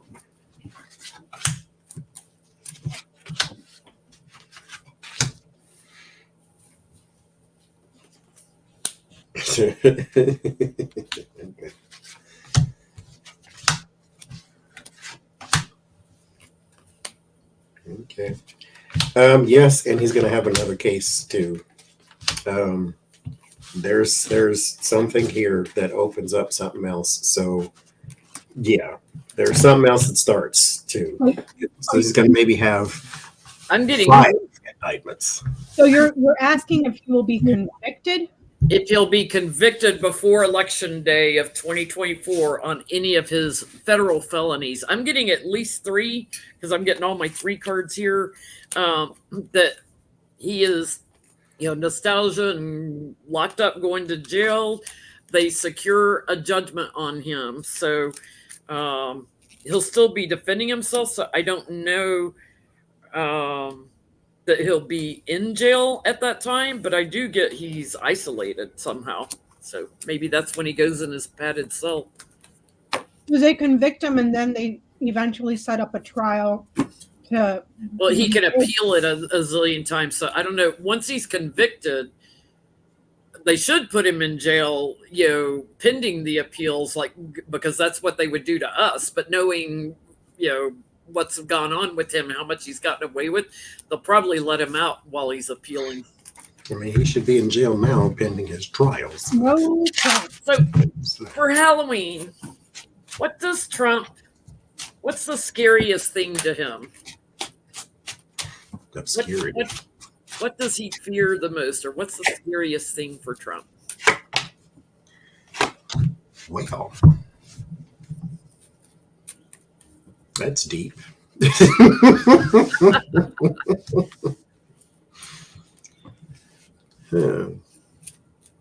Burning in hell for eternity? No. Illumination. For he hides behind everything. The bluster, the makeup, the hair, the persona, the name, the golden tower, the golden toilets. He hides behind everything. You don't know who he is, and yet we all know who he actually is, because some of us know narcissist in real life, but you also can see the little child on the inside of him that was never loved or cared for either, or possibly even abused growing up and was meant to believe he was something other than what he wasn't. And then he created a reality for himself because he was allowed to, because he had enough money and cachet at the time in order to do so.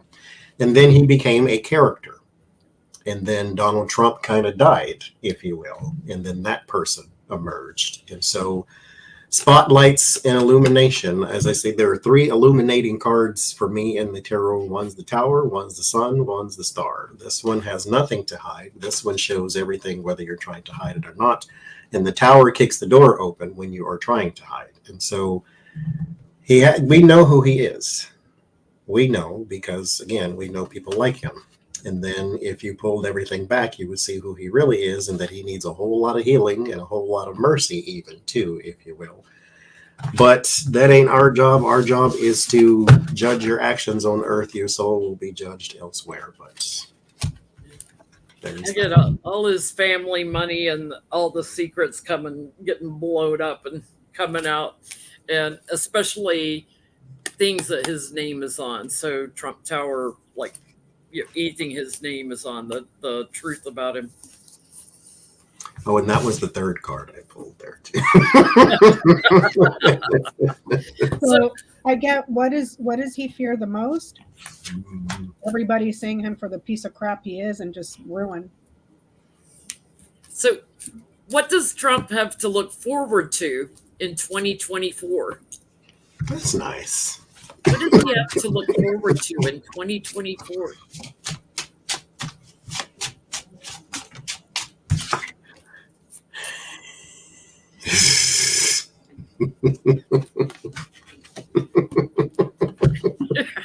Nothing. Get out now. Run while you can. Let's see. The Grim Reaper visiting your bedside. Maybe he can go stare at another eclipse. Maybe that's what that meant. Let's see. What does he have to look forward to in 2024? Okay, let's see. That's what I've got on the bottom. Spirit said I said what I said. Now. Nothing. God answers all prayers, even when you don't pray. He's answering our prayers. I said what I said now. Okay. What does he have to look forward to?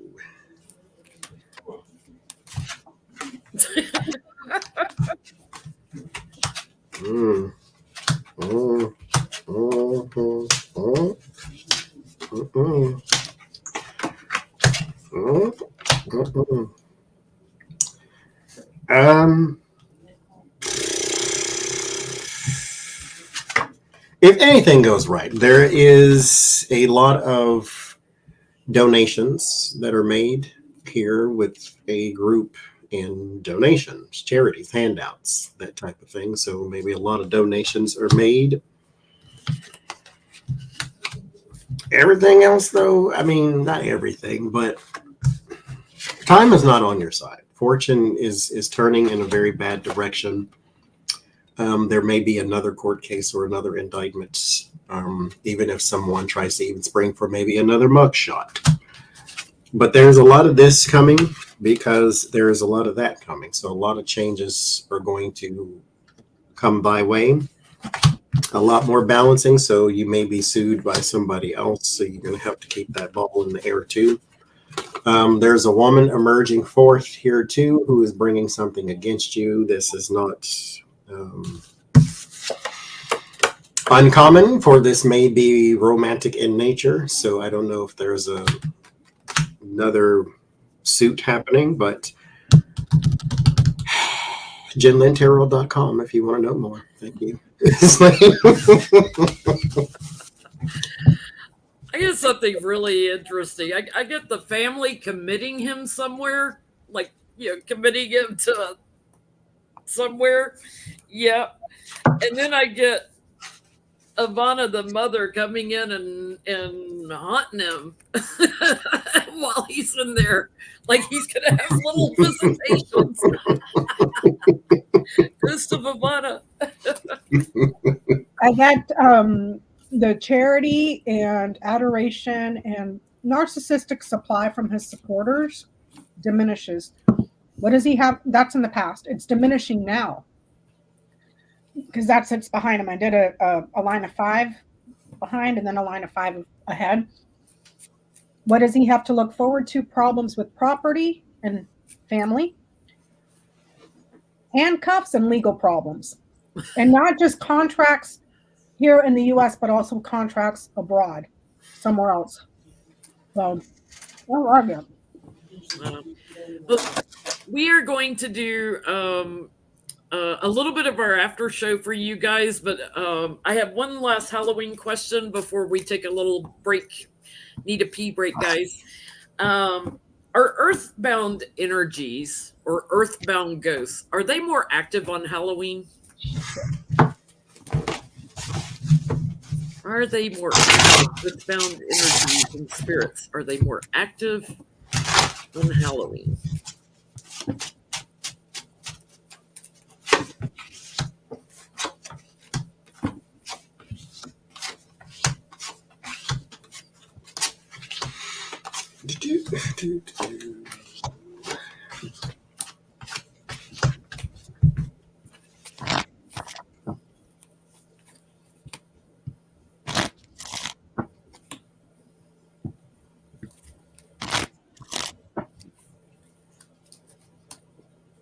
I get no.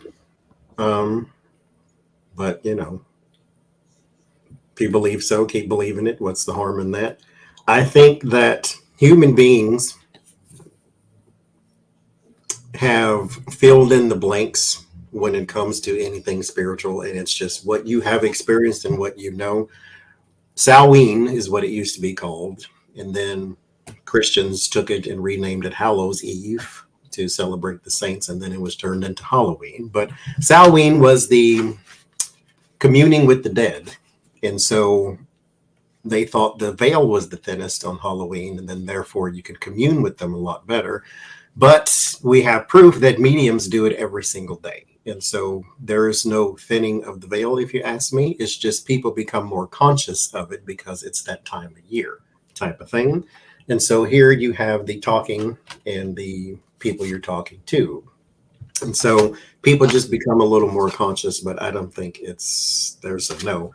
I don't think it's a more active. I think we just become more active and trying to commune with them is all. Or more aware? Mm-hmm. Pay attention more. Because if you switched it to January 1st instead of October 31st, then you'd say it was the thinnest then. Yeah. What you get, Rebecca? I gotta know the clouds. Nope. Yeah, I get a no too. I get that they actually are watching over all the chaos that's going on Halloween, like with the trick or treaters and everything. So it doesn't look like they're more active. They probably have the same amount of active. Well, we are going to take a little break, and I'm going to leave y'all on screen. So if you just want to mute camera, turn camera off and microphone off, come back and chit chat when you want. I'm going to leave us on screen. We'll be back, or I'll be back anyway.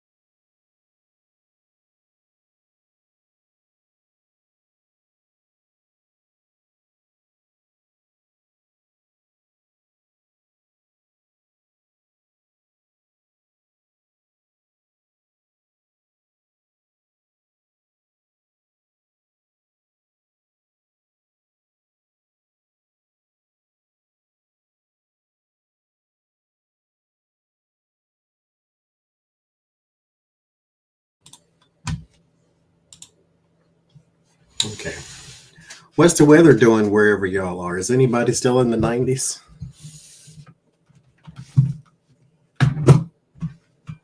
The sun can be rather disrespectful sometimes.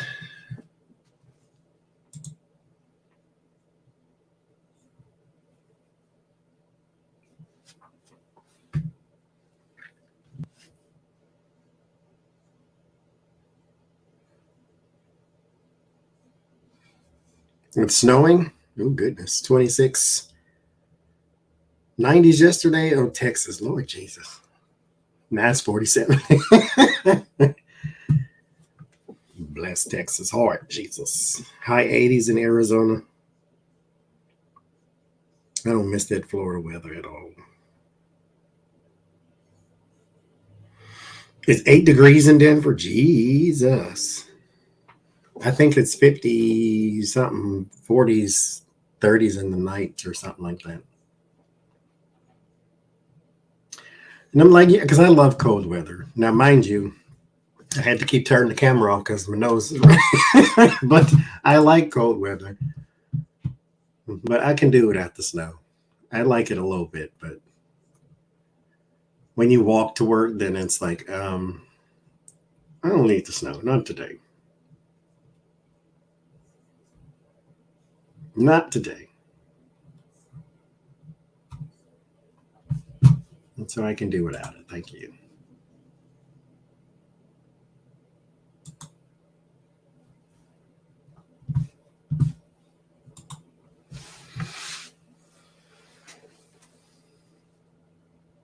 $18, 42 in Chicago, 86 in Florida.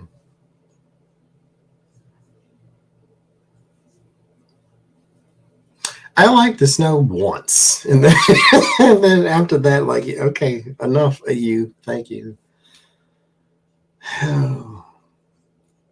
Yeah, I've had a sinus thing for a week and a half now, and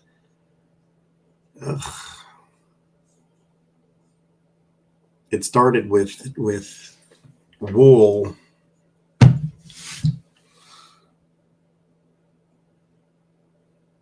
It's cold in Seattle. I still need to go to Seattle.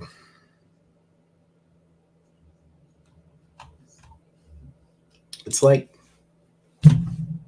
right up the street. Yes, this is the after. Well, will be the after show. We're done now. This is the edited version.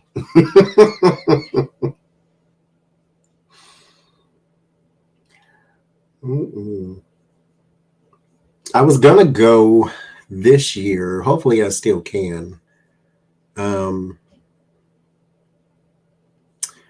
So I can meet Lori from the Way of Positive Change, and so that's the plan. But we'll see how it works out.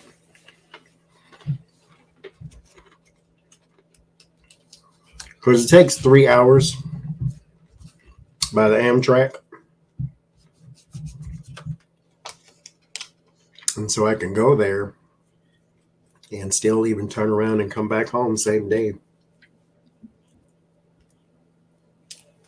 But we'll see.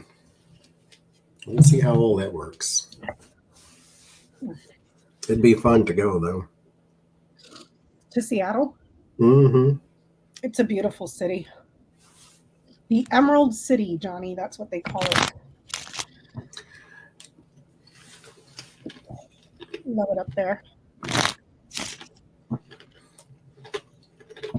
I would like to see it. What you talking about, Seattle? Mm-hmm.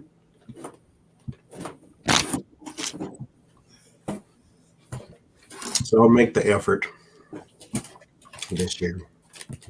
Yeah, Lori's in Florida, but her brother lives in Seattle. So she goes to visit him around Christmas time. And so since she'll be this close, I'm like, well, it'd be nice if I went up there too. So we'll see how it works out. Because I work retail, and so Christmas is a very big deal, and you can't just be like, "Hey, I'm gonna leave for 2 days." And so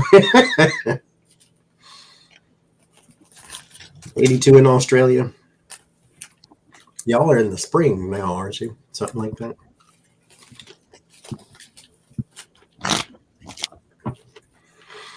And keep them 80s.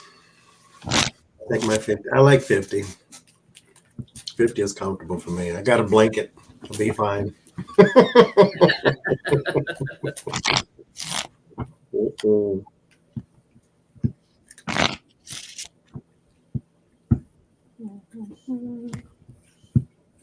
Wondering who I should do a grand tableau on next. I have no idea. Who haven't you done one on that would be somewhat interesting, you think? They're all good until next year. When's the last time you did one on Eric Trump? Because we keep getting he's getting thrown under the bus. I don't think I've done one on him. Let me see. You like summer? Oh, God, I hate summer. All the cuties got their trick or treats. You took the Amtrak from Pittsburgh to Chicago to Portland, then to Seattle. 349 round trip. Oh, that would be nice. I think it's like $30-$40 or something from here to Seattle or something like that.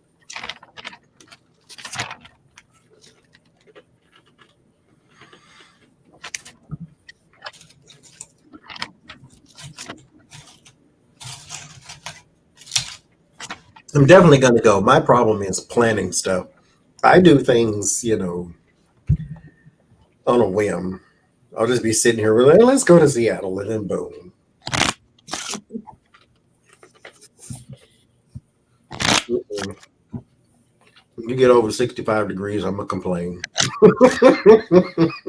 You hit 80 degrees, I'm going to complain to somebody else who's going to help me complain. Like when Jen and Becca came out here, it was like 614 degrees.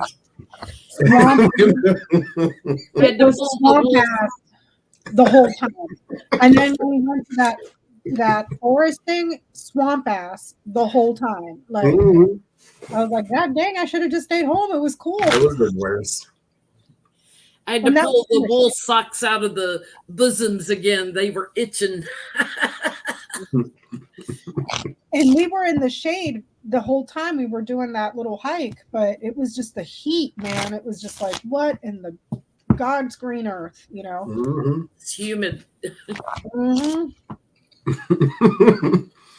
We went to Starbucks and sat in there. They saved our lives. Yeah. Every Starbucks every few blocks. Mhm. Like we almost died.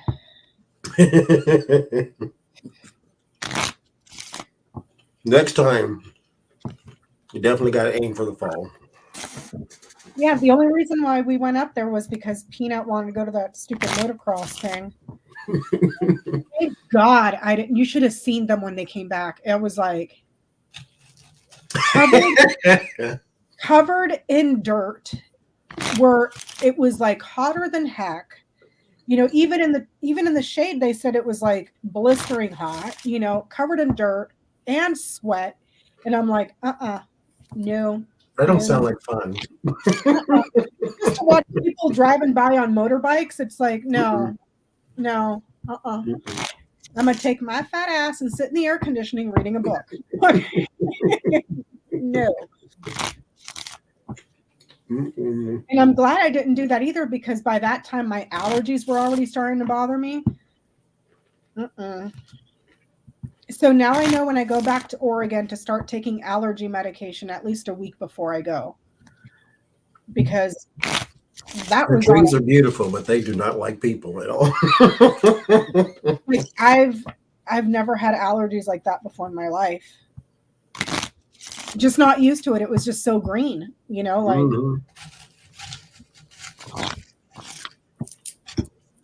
But aim for the fall next time. And Mhm.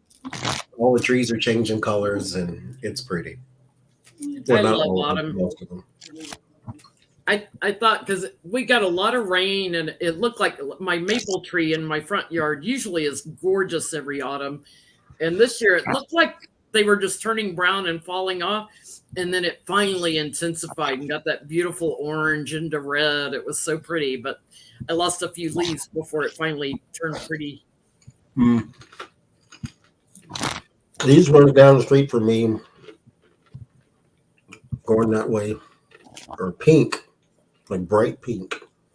And then these are bright yellow going the other way. So I just love walking around looking at trees. As long as I don't walk in the street, I'll be all right. There was a lady, I shouldn't laugh, but there's a lady did that today. She was texting and walked right in the street and got in the middle of it and turned around and ran back because she realized that she was in the middle of the damn street. I'm like, wow.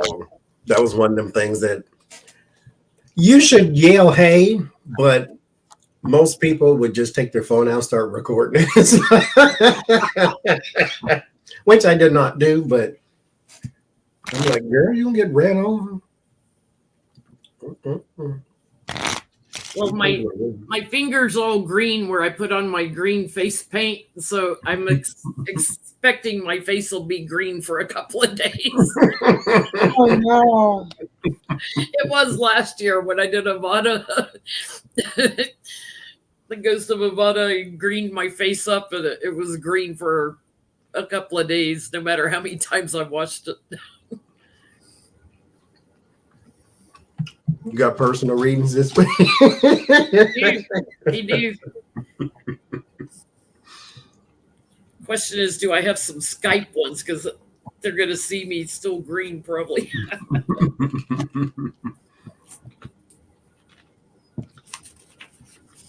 Wow, October is almost over. Thanksgiving's almost here.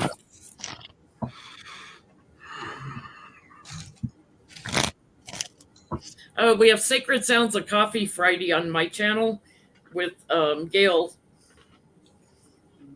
10 a.m. Friday morning Central Time. Oh, guess what I seen? It came through the store the other day. A Valentine's card. Uh-huh. This Oh, time of no, year, they haven't even made it to Christmas. Uh-huh. somebody sending a ghost of Valentine. Mind you, I used to work for Hallmark, and so that's Christmas is a big deal for them because it's the ornaments every year. So it come out in June. Here, their Christmas started in August, so we started getting Christmas in August at the same time as Halloween, and then Christmas took over the store to where we don't have any space for it naturally, and Harvest comes in, and so you got Halloween, Harvest, and Christmas all at the same time. Then we opened boxes the other day right off the truck, and there are Valentine cards in there. Wow. And I'm like, can we slow down a little bit? Jesus. It's like if I don't put them out now, they'll get lost by Valentine's time. Valentine's is a kind of unusual holiday. Usually the sales from it only happen in the last 10 days right before it. Yes. Versus Christmas where you get sales, all season. Mm-mm. We're selling the crap out of Christmas stuff right now. Mm-mm. People like Christmas. And I'm not even ready for it. You guys in the chat are any of y'all dressing up for Halloween? And if so, what as? I'm not even ready for it, Johnny. Like, we just got our new floors. We just ordered them last week, and we're looking at about 3 weeks or so of construction. I'm like, great. So right before the holidays, like I am just, no. I'm like, no, you're going to get maybe if I'm in the mood, a card from me this year. That's about it. I can't. I didn't do trick-or-treaters last year or the year before because of COVID, but I'm going to do it this year. But I didn't buy a lot of candy. I usually have a lot of trick or treaters because it's a very flat neighborhood. It's easy to walk around, and a lot of kids in the neighborhood. So I bought enough candy to do the young kids that start around 4 o'clock in the afternoon. Yeah. Once I'm out of candy, it's like, sorry, teenagers. Yeah. Turn it off the light. Nobody ever wants to come to our house because they got to go up that hill. We always hear them, we're not going up that hill. It's like, but we have candy. So I'm like, fine, y'all saving me money. Because I just got myself, remember the other day when I was texting you, Johnny, I was like, I'm hungry, but I don't know what I'm hungry for. You told me to get snack food. Well, I ordered myself a bag of candy, Halloween candy from Walmart for Instacart because I was too lazy to get dressed to go down the hill. It was like $13 for a bag of candy. Mm-hmm. $13 for a bag of candy. One bag, mind you. Oh, there were. Yeah, one bag. And it wasn't even like the huge bag. Yeah, the little ones, the big ones, they were like $24.99. Uh-huh. And one place I went to, it was like buy one, get one 40 off. So it's like saying 20% off, both bags. Yeah. But it's like, wow, costs you $70 to $100 in my area to do enough candy to handle all the trick-or-treaters. I'm like, I'm not doing that much. Yeah. I'm like, oh, look, it has Snickers and Twizzlers and Milky Ways in it. Like, who cares? It's still $17. Yeah. And that was the thing, too. Like, when I was looking at it, the cheap candy, the Nerds and all that was like same price as the chocolate. And I'm like, well, shoot, I'm getting the chocolate then because if there's anything left. I got the bag of chocolate that has like the Reese's, Kit Kat, Almond Joy, Hershey's, and Milk Duds. Mm-hmm. And I'm like, I ain't sharing that shit with no kids coming to me. No.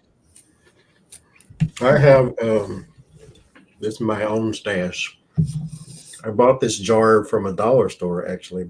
They had that at the dollar store? Mm-hmm. Vampire blood? Mm-hmm. And it's a little candy jar. And I got my... That looks like something you would get at... That looks like something you would get at like Michael's for like $15.99. It's $5.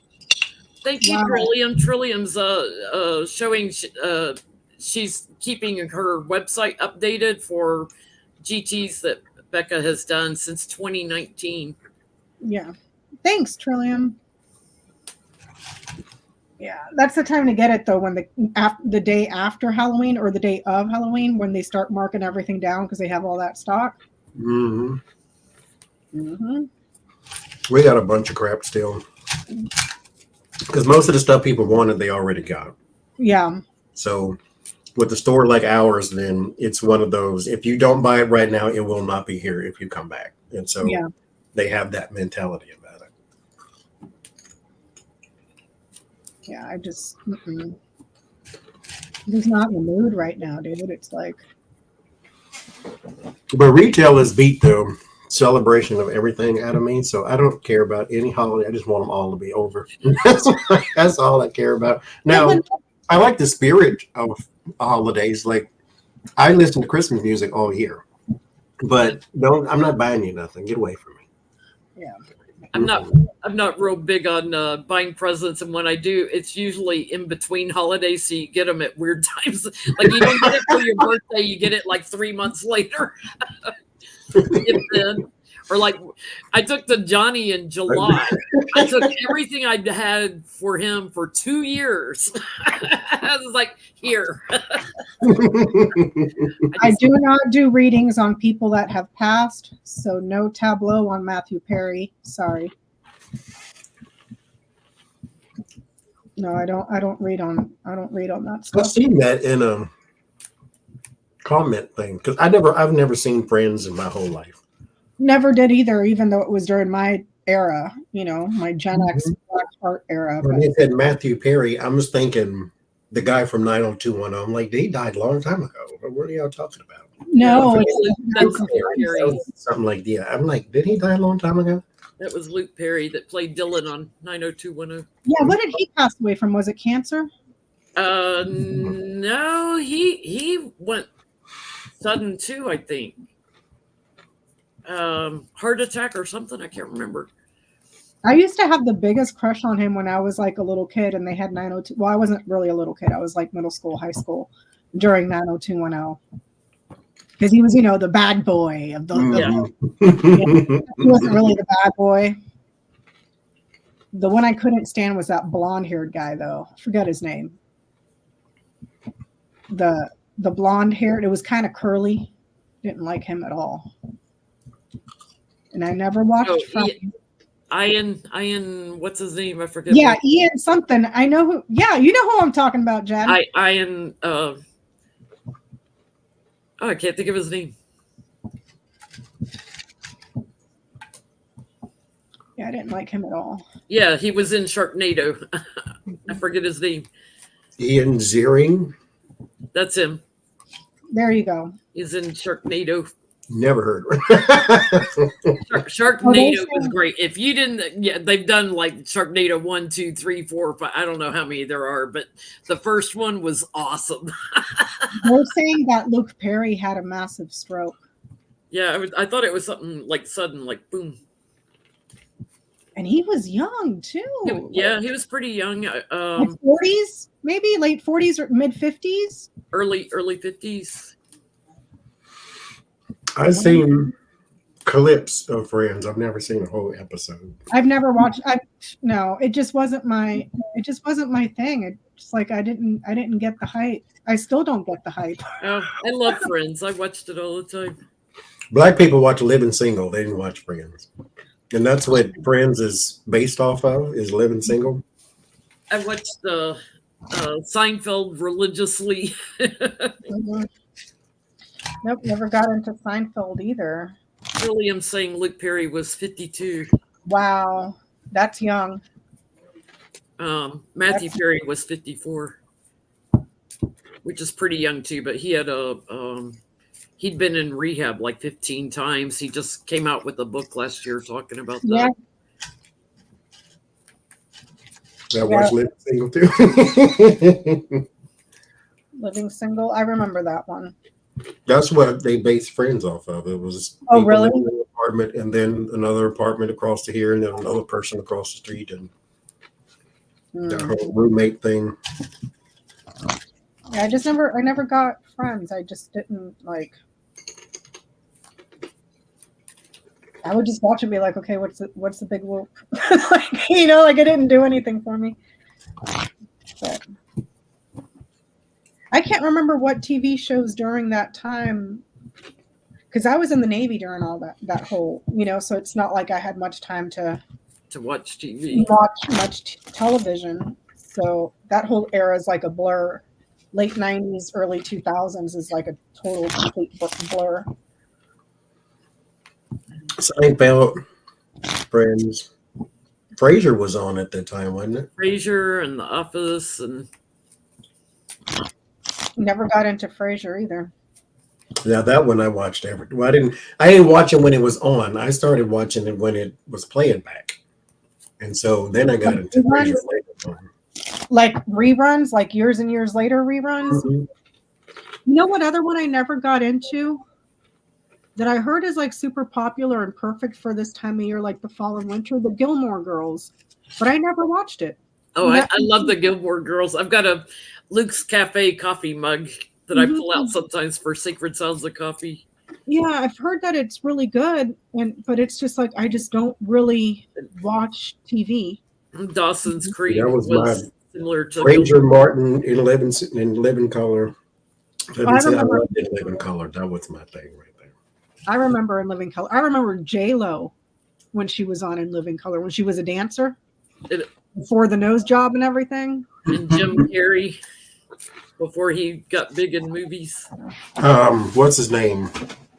Keenan Ivory said the biggest mistake he ever made was not signing all those people. Everybody became stars. Jamie Foxx and J-Lo and Jim Carrey, and everybody became huge stars from that show. Mm-hmm.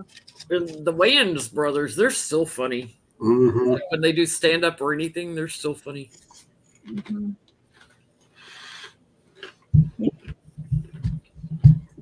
Oh, and I think Fresh Prince was a thing I watched Friends. Family Matters with Steve Urkel. Did I do that?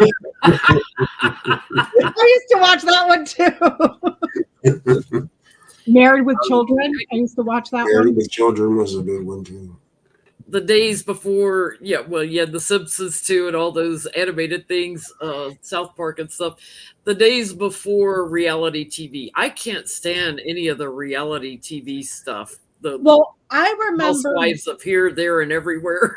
Kardashians, I'm like, I don't care. I remember the OG reality TV show, and that was back on MTV when MTV started to go down the road of reality TV and started abandoning music videos. Because I grew up watching MTV at my uncle's house because they had cable, we didn't. But when they actually had music videos, like that's all it was, 24/7. And they had that a couple of shows with that guy with the fuzzy hair, Paul something, and then Kennedy something. But then after a while, they started straying away from that and got into like that one show where they would throw a bunch of people together to be roommates and just film it. I don't remember the name of the show, but after that, it was just reality TV.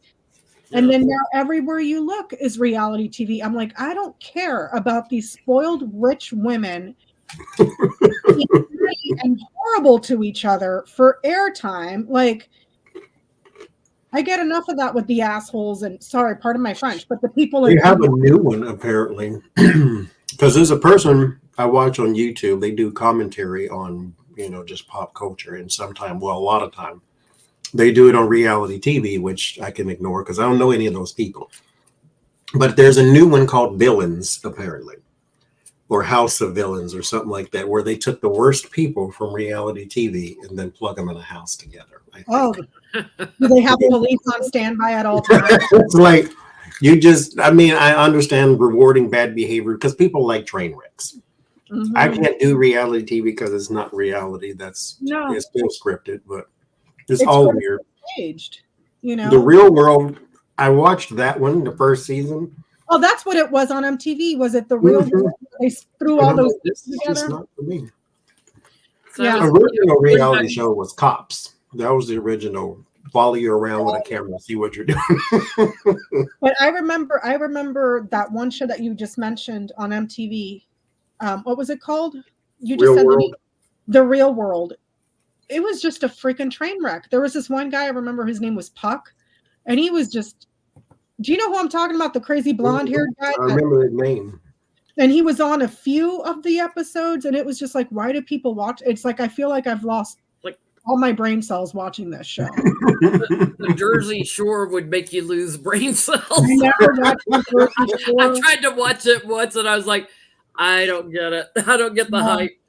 No. Yeah, I grew up, before y'all were born. I grew up, in the 60s watching like Bewitched and My Three Sons, all that kind of stuff. I used to watch that on rerun. Bewitched and all that stuff on rerun. And then the 70s, like I always watched Dallas and Falcon Crest. I love those, like nighttime soaps. Who Shot JR, right? Gotta watch it.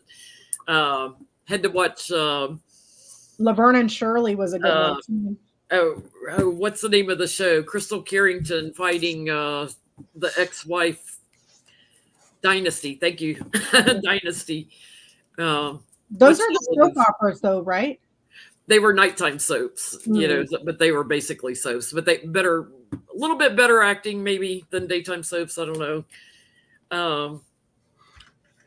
And everybody watched, The Wedding of Laura on General Hospital. I can remember laying out of classes in college to watch the wedding. Wow. That was a big deal.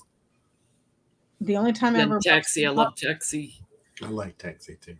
The only time I ever watched soap operas was when I was laid out in the hospital with a broken leg and I couldn't go anywhere. And that was the only thing that was on daytime television was soap operas. And I was kind of Mary Hartman. I was laid out in the hospital. Mary Hartman. Am I saying it right, guys? It was like a nighttime soap, but in a quirky kind of way. And Billy Crystal got his start on there. It's like y'all ain't got no Powerpuff Girls or nothing y'all can show. I need to change the program in here. Do you guys remember Knight Rider with the car, the Firebird that had the little lights in the front and it talked David to him? Hasselhoff. Yeah. Yes. I used to watch that when I was little. Knight Rider. Yeah, Get Smart. I always love Get Smart in the 60s. The Happy Days was good too. Chaos. The chaos. Carol Burnett was I've watched a couple of clips and the entire time I'm like, how is she not just bursting out in laughter? Carol Burnett was hilarious. So good.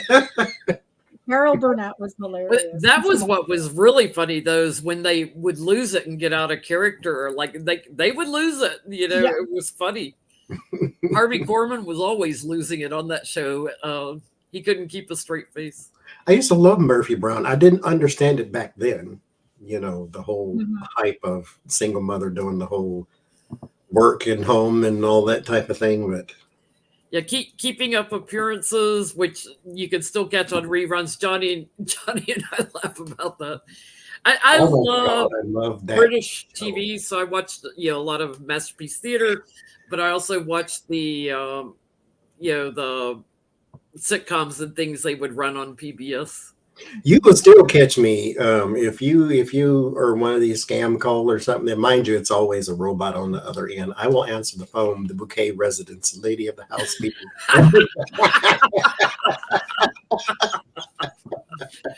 I was showing up doing it, and then the recording starts playing. I'm like, damn it. She is the best character. I love the Vicar of Dibley. It was just stupid, silly last, but I loved it. I loved it. That was one of my favorites. The only British TV show I think I've ever watched was Mr. Bean. Well, and he never talked. And the original Office with Ricky Gervais was hysterical. The guy who played Mr. Bean, he was in another one Rowan called Atkinson. Blue Line. That was funny too. It's on YouTube. Rowan Atkinson. Yeah. Mm-hmm.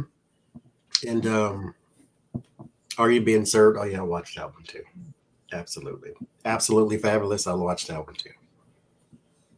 As Time Goes By with Judi Dench, love that one. I've got the box set of it on DVD. Vicar of Dibley, I have the box set and all the specials on DVD. It was hard to find the Keeping Up Appearances because the ones they were selling online were not coded to be played in the US, and so they wouldn't, like, the disc wouldn't work if you bought them and played them here. Different country code. I'm like, well, son of a mother.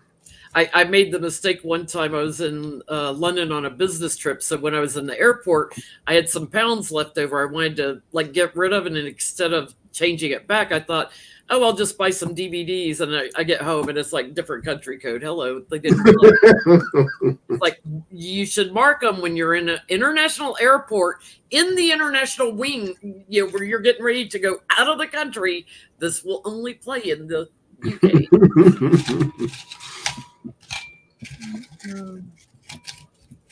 Same planet, different world. Yeah. I don't even know what shows are on TV anymore. I honestly don't. Because I don't.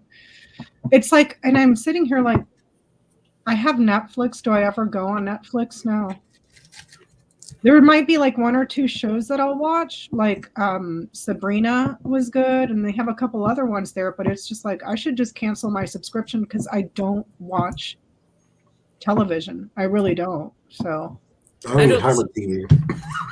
I don't subscribe to Hulu or Netflix or any of those. So those series that are only on those things, streaming services, I don't subscribe to them. So I don't get to watch them unless I can find somebody who's doing a reaction to them. So I caught up on all the Wednesday Addams by watching reaction videos. Yeah. And it's like, there's a part of me that wants to cancel, but then the other part of me is like, well, they're making all these books to TV adaptations. You know what do you see what I'm saying? So it's kind of like, okay, well then cancel while you're not using it. And then I got YouTube Premium, I got Netflix, I got Peacock, I got Max. Was it on HBO? I got Disney Plus, Paramount, Hulu, Prime Plus, or what is that? No, Prime Video. That's the Amazon. I got all of those. I watch nothing but YouTube. What have you been watching on Netflix? Nothing. See, My brother watches a lot of it, so I keep it for just him and my niece. She doesn't watch TV either, but every now and then she'll watch the old stuff. We always watch old stuff. She watches Fresh Prince of Bel-Air. She watches All Family Matters with Steve Urkel, and she watches one other show that's been on since 1910. And so it's like, why do I have all these things? Yeah, Peanut started watching that. Well, we had Netflix because of The Witcher, but then my husband, Henry Cavill, is gone. So I'm like, I'm not ever watching The Witcher ever again. Only the episodes with him in it. And I don't even actively watch it. Like, it'll be on the TV and I'll have my Kindle in front of me and I'm just kind of like, so I'm not even actively watching it. It's just like, just tell me when Henry Cavill's on. But then he started watching this other one that's based on a book series by Brandon Sanderson and this other guy, The Wheel of Time. It is so confusing. And mind you, I'm not actively watching, so I'm already confused. Peanut's been watching it from the beginning. I'm like, what is this? He's like, I don't know. I'm just watching it. So it's like, I'm an old movie buff, so like YouTube's got a lot of free movies on that you can watch for free, from 40s, 50s, 60s. So I watch movies. And now that you got the premium, look for some other stuff too. Some Yeah. other movies on there that'll be free for you. But my Disney Plus came with my internet, and so it was like $2. yeah, My Disney- Paramount came with Walmart. I got Walmart Plus, and so that came with that. But I don't have Walmart Plus anymore because I barely used it, and so I'm like, you have that. I don't even watch Paramount. Yeah, my Hulu and my Disney come from my phone. And I, mind you, we did watch the crap out of The Mandalorian because Baby Yoda, and then we watched when part 3 of the movie came out. What was it? Guardians of the Galaxy. The 3rd part just came out, and we just watched that one too about a month or so ago. I should watch that. It's funny, Johnny. It is funny. I like the other two. Did you watch the 1st and 2nd? Mm-hmm. It's the Big Bang Theory. That's a show I didn't miss in the 2000s. I love that show. But yeah, and that's about it. I mean, they have the Black Panther on there and all that other stuff, and all the Marvel. Is it Marvel? Yeah, all the Marvel comics are on Disney. So. And I watched the first Black Panther. I didn't watch the second one. I haven't even seen a lot of movies that have come out in the last 2 or 3 years. Unless I fly, like I used to keep up with movies because I flew all the time, for work. So I would watch movies on long. If I was flying to China, I had 20 hours to kill. I was watching movies the whole way. Yeah. I can't tell you the last time I was at the movie theater, and it's literally 2 miles away from my house at the mall. I know the last time I was at a movie theater, it was with Beth Cat in the chat, and it was Harry Potter. Was it Deathly Hallows or the Half-Blood Prince, Beth? If you're still watching, it was one of the Harry Potters we went to see together. See, I keep hearing everybody talking about this Ted Lasso. I don't even know what Ted Lasso is. It's a show, but I couldn't tell you anything about it. I don't know anything about it. It's like, okay, we don't even have cable. We have the smart TV with apps. Because there is no damn point. And here's the thing. You sign up for cable it's Robert Jordan and I think what's Brandon Sanderson for the Wheel of Time books. That's like a 15, 16 book series and they're all like this thick. I said, nope. No. No. Like all that other stuff, not for me, man. Have the Halloween movie started on TV? Oh, the Halloween. I used to watch those all the time when I was little on Channel 33. And I've told you this a million times. The only of the one of the Halloween franchises. Now, is Halloween Michael Myers or it's Michael Myers? Okay. Yeah. The only Halloween franchise one that I remember, because they played it, I swear to God, 24/7, 365, all the entire month of October on Channel 33 in Miami, was the one that had the masks, that people would buy these masks for Halloween, and inside it had like a button, and I guess the button would emit like these crazy signals, and everybody would go crazy and start killing each other or killing themselves. Mm. So But you it- never saw the original one with Jamie Lee Curtis as when I she did, was but young? it's that one I don't remember at all because they hardly ever played it. It was always the one with the masks, that these people bought these masks, and it was all like mind controlling them. The original Halloween movie, I remember seeing it with my sister and another friend on Halloween night in the theater. And I remember my sister like whimpering like a little puppy. Really? I remember one because I always get Jason and Michael Myers confused. And I remember seeing one where the kids are in like this barn, this guy and this girl, and they're like shagging it up.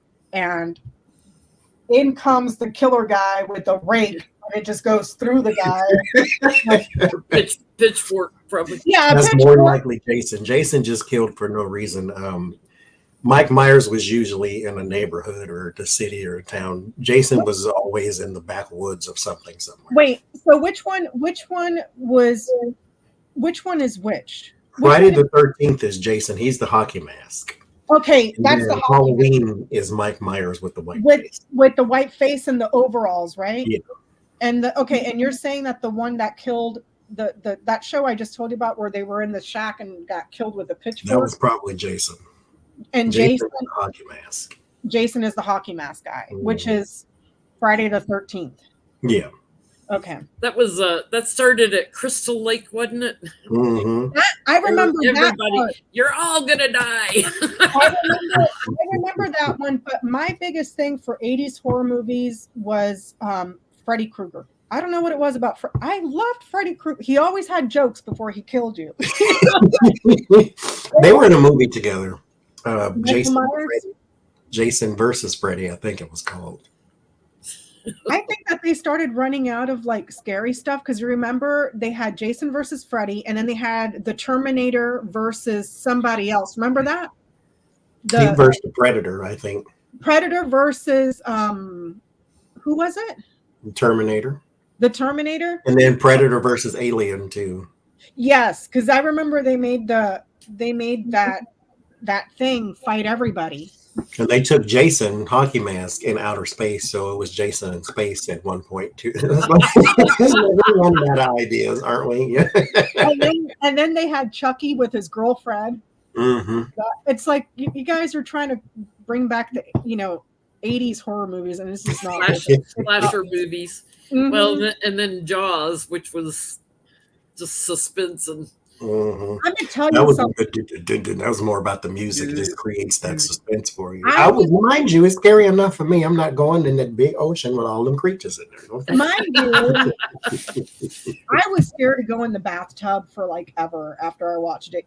A bathtub. It's like, where is the damn shark? But I was a little kid and it scared the crap out of me. When Psycho came out in the 60s, it was like that, like nobody took a shower for a while. Like somebody's coming at me through the shower. The Exorcist, that movie still freaks me. And it's weird because like when I was little, I used to be able to watch horror and slasher like no big deal. Now as an adult, I'm like, how the hell did I do? Like I can't stomach the sight of it, and it's like I remember watching The Exorcist and Poltergeist, the first Poltergeist.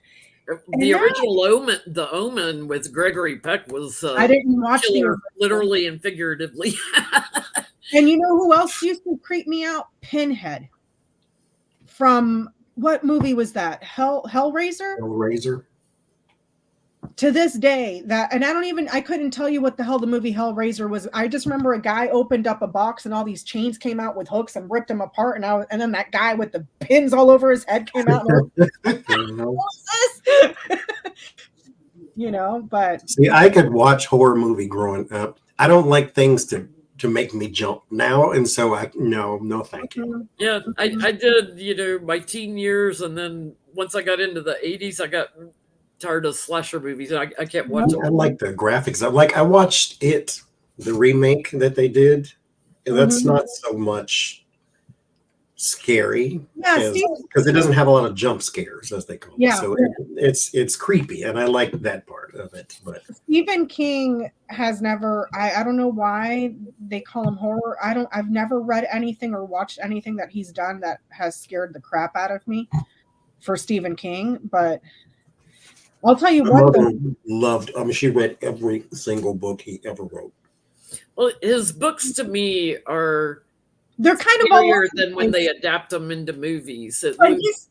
But he's kind of all over the place with, like, he doesn't just write horror. He wrote The Green Mile, for instance. Yeah. I read that book decades ago. And there was another one. He has a new one out called Fairy Tale, I think it is. I haven't read it because it's like that thick, and I'm like, I ain't got time for that right now. But The only thing scared me was Pet Cemetery. that one didn't scare me. You give me anything in a graveyard, I'm out. Sorry. No. It was the creepy evil baby didn't scare me. He doesn't. What scares me even to this day, though, is when there's like an entity that you can't see, but you can see what it's doing. That sort of stuff messes with my head. Like, what was it? That first movie that they made, it was like early 2000s, where a bunch of, I guess, people here in San Diego just got a film camera and just filmed inside the house. It wasn't, it came out, Paranormal Activity. yeah, when there's stuff happening, but you can't see, that fucks with my head. Like, Peanut and I watched it back when Blockbuster was open. We went to Blockbuster and rented the movie and watched it during the day, mind you. And I'm like, this is so stupid. I had nightmares for like 3 days. Like, I was like scratching up Peanut's back that said "save me" and like bleeding, and like I was like, yeah, I'm not. That's my sign to just not watch this stuff anymore. I had like a good night's sleep, not to be tormented while I'm trying to rest. I remember when my sister got married, I was dog sitting for them while they went on their honeymoon, and they had 2 bulldogs, and their house was kind of out in the country outside of Nashville, and I'm sitting there watching The Exorcist by myself with these 2 lazy bulldogs that are snoring away. And all of a sudden I hear this scratching on the house, like, yeah, scared the bejesus out of me. And I finally got brave enough to look outside. There was like a 9-point buck raking his antlers on the house. I was like, oh, holy crap. At least it wasn't somebody outside trying to murder you, so that's nice. Yeah, but I had to go I went and got a pot and pan, in a big metal spoon from the kitchen, and beat it to scare the buck away, so it quit ruining their house. It was scratching up the side of their house. They're saying Rosemary's Baby. I don't remember. that movie. I've watched Carrie, it. I just don't Carrie remember. with Sissy Spacek when she was young, and John Travolta was in that one. There is a movie. If you haven't seen it, well then never mind, because I don't want to spoil it if you haven't seen it. It's called Shudder, I think. No. I've heard of it. I think I have. It was really good. It wasn't scary, but it's fascinating. Now I gotta look at it and make sure it's Yeah, what's it about? I can't describe it without telling you the ending. I don't know. I don't think this is okay. This one is called, yeah, that's it. Well, if you Google it, then they spoil it for you anyway. But anyway, so this guy and this girl's driving cross country somewhere. They run over this lady. Like kill her run over? Mm-hmm. And then it's in the middle of nowhere, so they just take her and dump her because they don't know what else to do. And then they just keep going. And throughout the whole movie, he's a photographer of some sort. And so he's taking pictures, and then he starts developing like back problems and neck problems. And he's going to the doctor. They don't know what's wrong with you. And then all these x-rays, and they're like, we don't know. We don't see it. We see your damage, but we don't know what's happening to you. At the end of the movie, he's looking in the mirror because he's doing one of these things. He doesn't see it, but in the mirror, what they show is the woman that he ran over is sitting on his neck the entire time. And so that's where his neck and back problems are coming from. And if you Google the word Shutter and then put movie, they show you an image of that. Now, she does haunt him throughout, which is where the scary parts come in. But I'm laughing at Darren because he's like, I had nightmares that the Wicked Witch of the West was chasing me on her bicycle after watching The Wizard of Oz. That's the thing. Like when we were kids, the flying monkeys and everything, that scared me. Going to the animated Disney's, Snow White and the Wicked Lady that gave her the poison apple, that scared me. You know who used to scare the crap out of me when I was a little kid, and it still does as an adult? On Mr. Rogers' show, that one puppet with the freaking nose that was all red, and she lived by the train what was her name? The trolley. The trolley. I forget.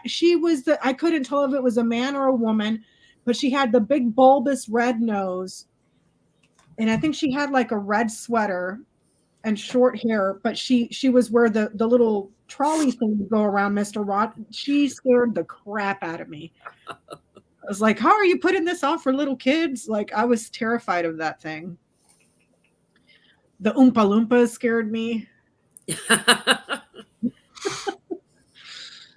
It's funny as a kid, like what scares you. It's funny to watch it now. It's like, oh my God, I can't believe how scared I used to be. That thing! It's horrible. Get that out. It's like, where'd she get that makeup from? The Dollar Tree? What is happening? You were saying it's called Lady Elaine Fairchild. That thing is creepy AF. And it had the weirdest voice too. It was like, ew, no. No. No, stop. Johnny's trying to give me nightmares. That's her. Clowns in general, it can be scary. I've never been afraid of clowns, except that nasty ass puppet right there, dude. Like she was just creepy. Like, what was this business though? I don't know. And then when she would turn this way, you would see her nose. It was like this long. It's like, what is? Look like you have that's frostbite. Yeah. Like, what happened? Mm-mm. Bless the heart. No. No. That thing scared the crap out of me. It's just ugly, dude. Like mm-mm.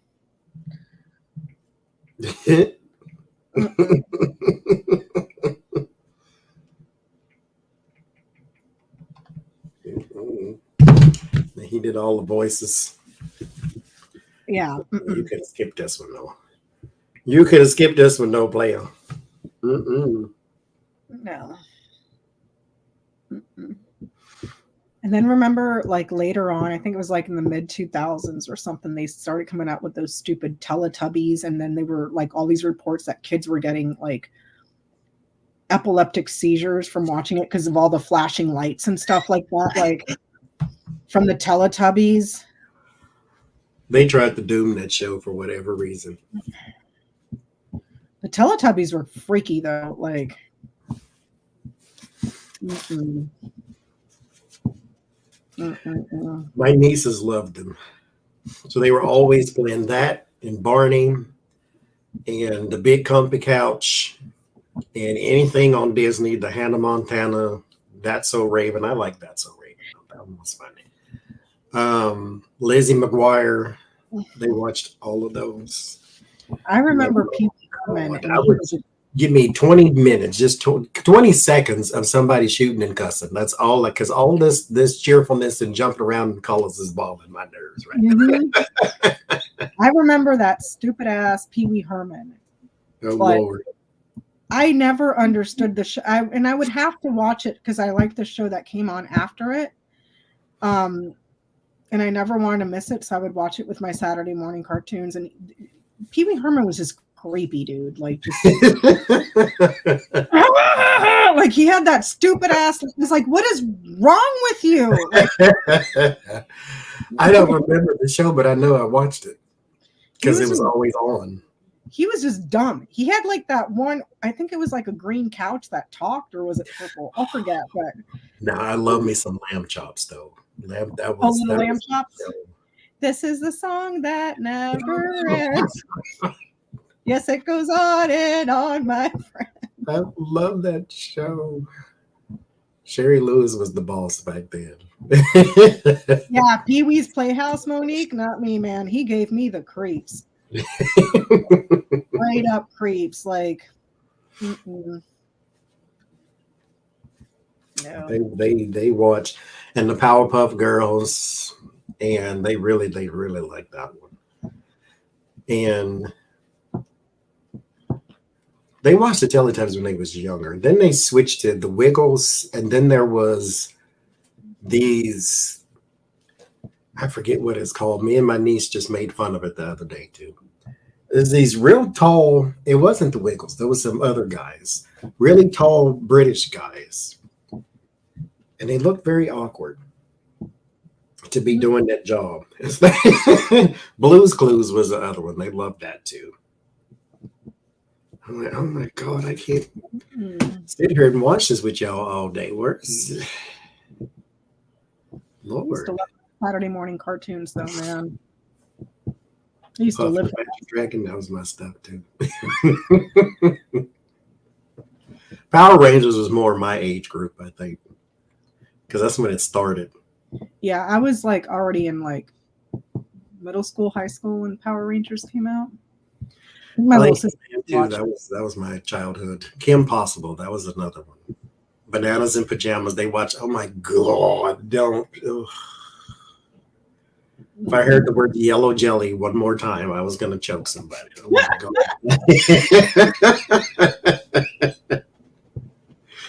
I hated that show. It was literally about bananas in pajamas.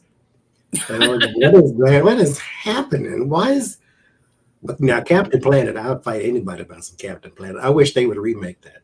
Make that into a movie. That was my thing. That's why I wanted rings when I was a little kid.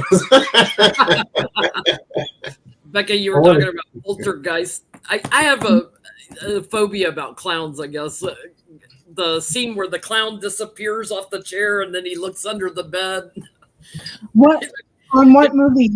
Poltergeist. Where On the Poltergeist? clown is where the toy clown is sitting on a chair and the kids Poltergeist and then the clown, like, he turns away and turns back and the clown's not in the chair. I'm like, no. I can't remember if that's Poltergeist 1, 2, or 3. The first one.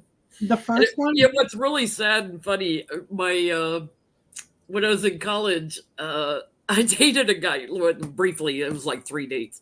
I dated a guy that actually went to clown college, and I finally decided, I don't think my life's ambition is to date a clown. Do you want to get over my phobia, I think, of clowns. Do you want to hear something funny? When Peanut was younger, I think he was like almost into middle school or whatever, he went to one of those clown academies to be a clown because he used to be a clown for little kids at their birthday parties and stuff. And I still make fun of him for that shit to this day. Now, wait a minute. How do we go from that to the baby goat knocking over the kid and then he finding that amusing? But he went to Clown Academy and he did birthdays for little kids. Mm-hmm. Little Peanut, he was a clown. He went. Becca took a picture of Matt when they was out for his birthday. He didn't want to go anywhere, and he looked the most miserable you've ever seen a person look. And I'm like, tell him to be grateful for that food because somewhere there's a child in Ethiopia with flies all over his face, and then he starts smiling. I'm like, you old miserable somebody. That's Peanut. It's like, what happened? Bless to his you? heart. Bless his heart. He ain't nothing if he ain't consistent, though. You better believe It's his dark black heart that he has inside of there. That's why he fits in so well. That's all. Mhm. I thought I had a dark black heart. Peanut's got me beat. I can have some sort of sympathy, you know. Ours is Peanut, just all purple. His is black. yeah, his is like black, like purple. That's all right. You know, because I can have some sympathy, you know. I mean, my sympathy only goes so far, you know, but he's just like, But you know what, though? He ain't Mother Teresa. no, I'm not. But Peanut's got me beat by like a lot. Mm-mm. Oh, are y'all going to the what you call it? The Enchanted Forest? The magical forest this year? Mhm. I don't know. I would like to, We'll but see. yeah, we'll see. I mean, it just kind of depends with everything we have going on and Mhm. stuff and everything. But I would like to make the time to go because I love the magical forest. That place is great. Can't do live streams from there. That's for sure. Well, I mean, I did that one year, and Tell me who got the copyright to this music. I want to know. the first time I ever went there, remember we did the live, they demonetized me for copyrights. I'm like, Me too. oh, I'm like, YouTube. who owns this music? Barbara Streisand, Patti LaBelle. Who owns this music? It's It was- literally some boy going dong with the singing bowls. Like that's not recorded somewhere. I know it's not because he's making it up on the spot. I can tell. Mhm. But I think it's the other music that they're playing. The with- ambient music. Yeah. So I mean, I don't care. I'll still do it again if we go because that place is just, it's so much fun just to stroll. I don't see how the hell you went through that park so fast. Like we walked in and Johnny's like, okay, bye, and he's just like, and by the time he had gone through the park, he had gone through it like twice. I'm like, did you see anything? Like, See, I'd be like you, Becca. I got just strolling and going just to everything. Yeah, just stroll pretty. and just sit there and look at stuff and just Let you it know. get mesmerize you. Mhm. I liked the moon, the big ginormous I like moon lake, and then the one with the forest that has the trees where you can walk around in it and make the music on the trees, Oh, and then yeah.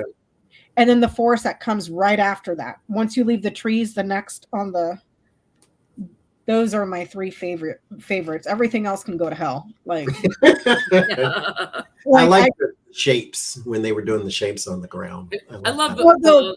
the fields of flowers that change colors. Oh, yeah, the dancing dancing looking ones. That was pretty. Dancing flowers. That's like when you first walk in. The tea lights, not tea lights, but the Japanese tea garden at the end is cool, but it's like, I don't know. I don't think it was as cool as like the other stuff. Like I want one of those moons in my backyard because that's cool. There was still a part of it I didn't see because a lot of it turned into food court, it looked like. And so I didn't even go further down that way. Oh, where the food court was? I don't think there's anything. I don't think there's anything past that. It's closed off. They're like you can't possibly stray away from the. You know, it's not like you can end up on another side of the park. It's like it's kind of routed for you to only go in certain places. Yeah, like I could just. Oh, and then the part of the forest with the little twinkly lights that look like fairies.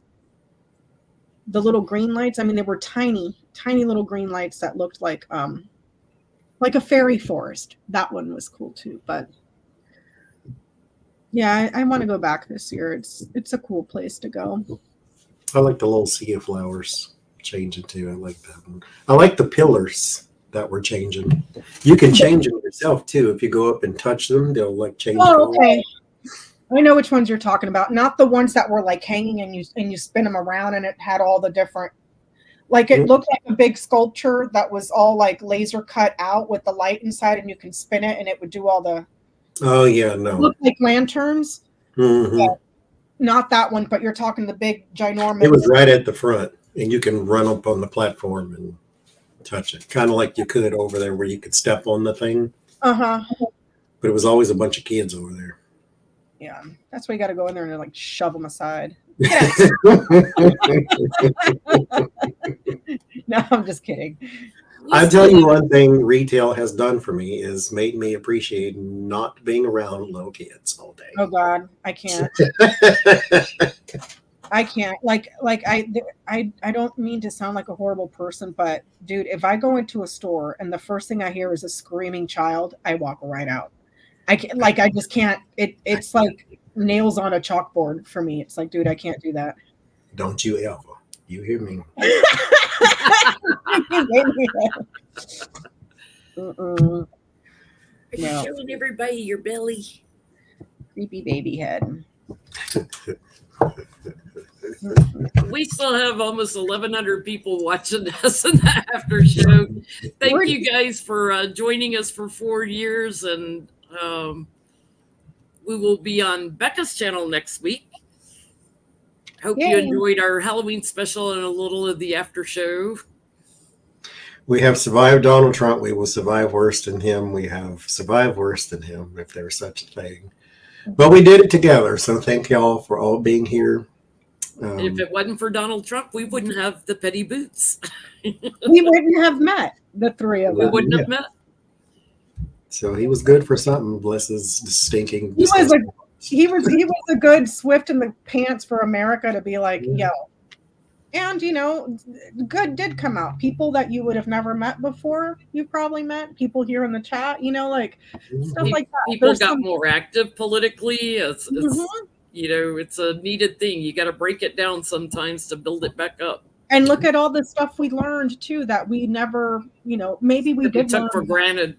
That we took for granted, or things that we did learn way back in the day in social studies classes. That's what we used to call them. I don't know what they're called now, but that you forgot and then you're reminded again, you know. So there was a lot of good that came out of that. Mind you, I put my tarot cards down for a while until he came along and picked them back up again. That's how I felt. Mm-hmm. Yep. What's that? So we survived. Thank y'all. And thank everybody for the super chats tonight. And thank you, moderators, for hanging with us for 4 years, too. Yeah, for sure. We will see you next week. Bye-bye, everybody. Bye, Mom. I see you in there, Peggy. Bye-bye.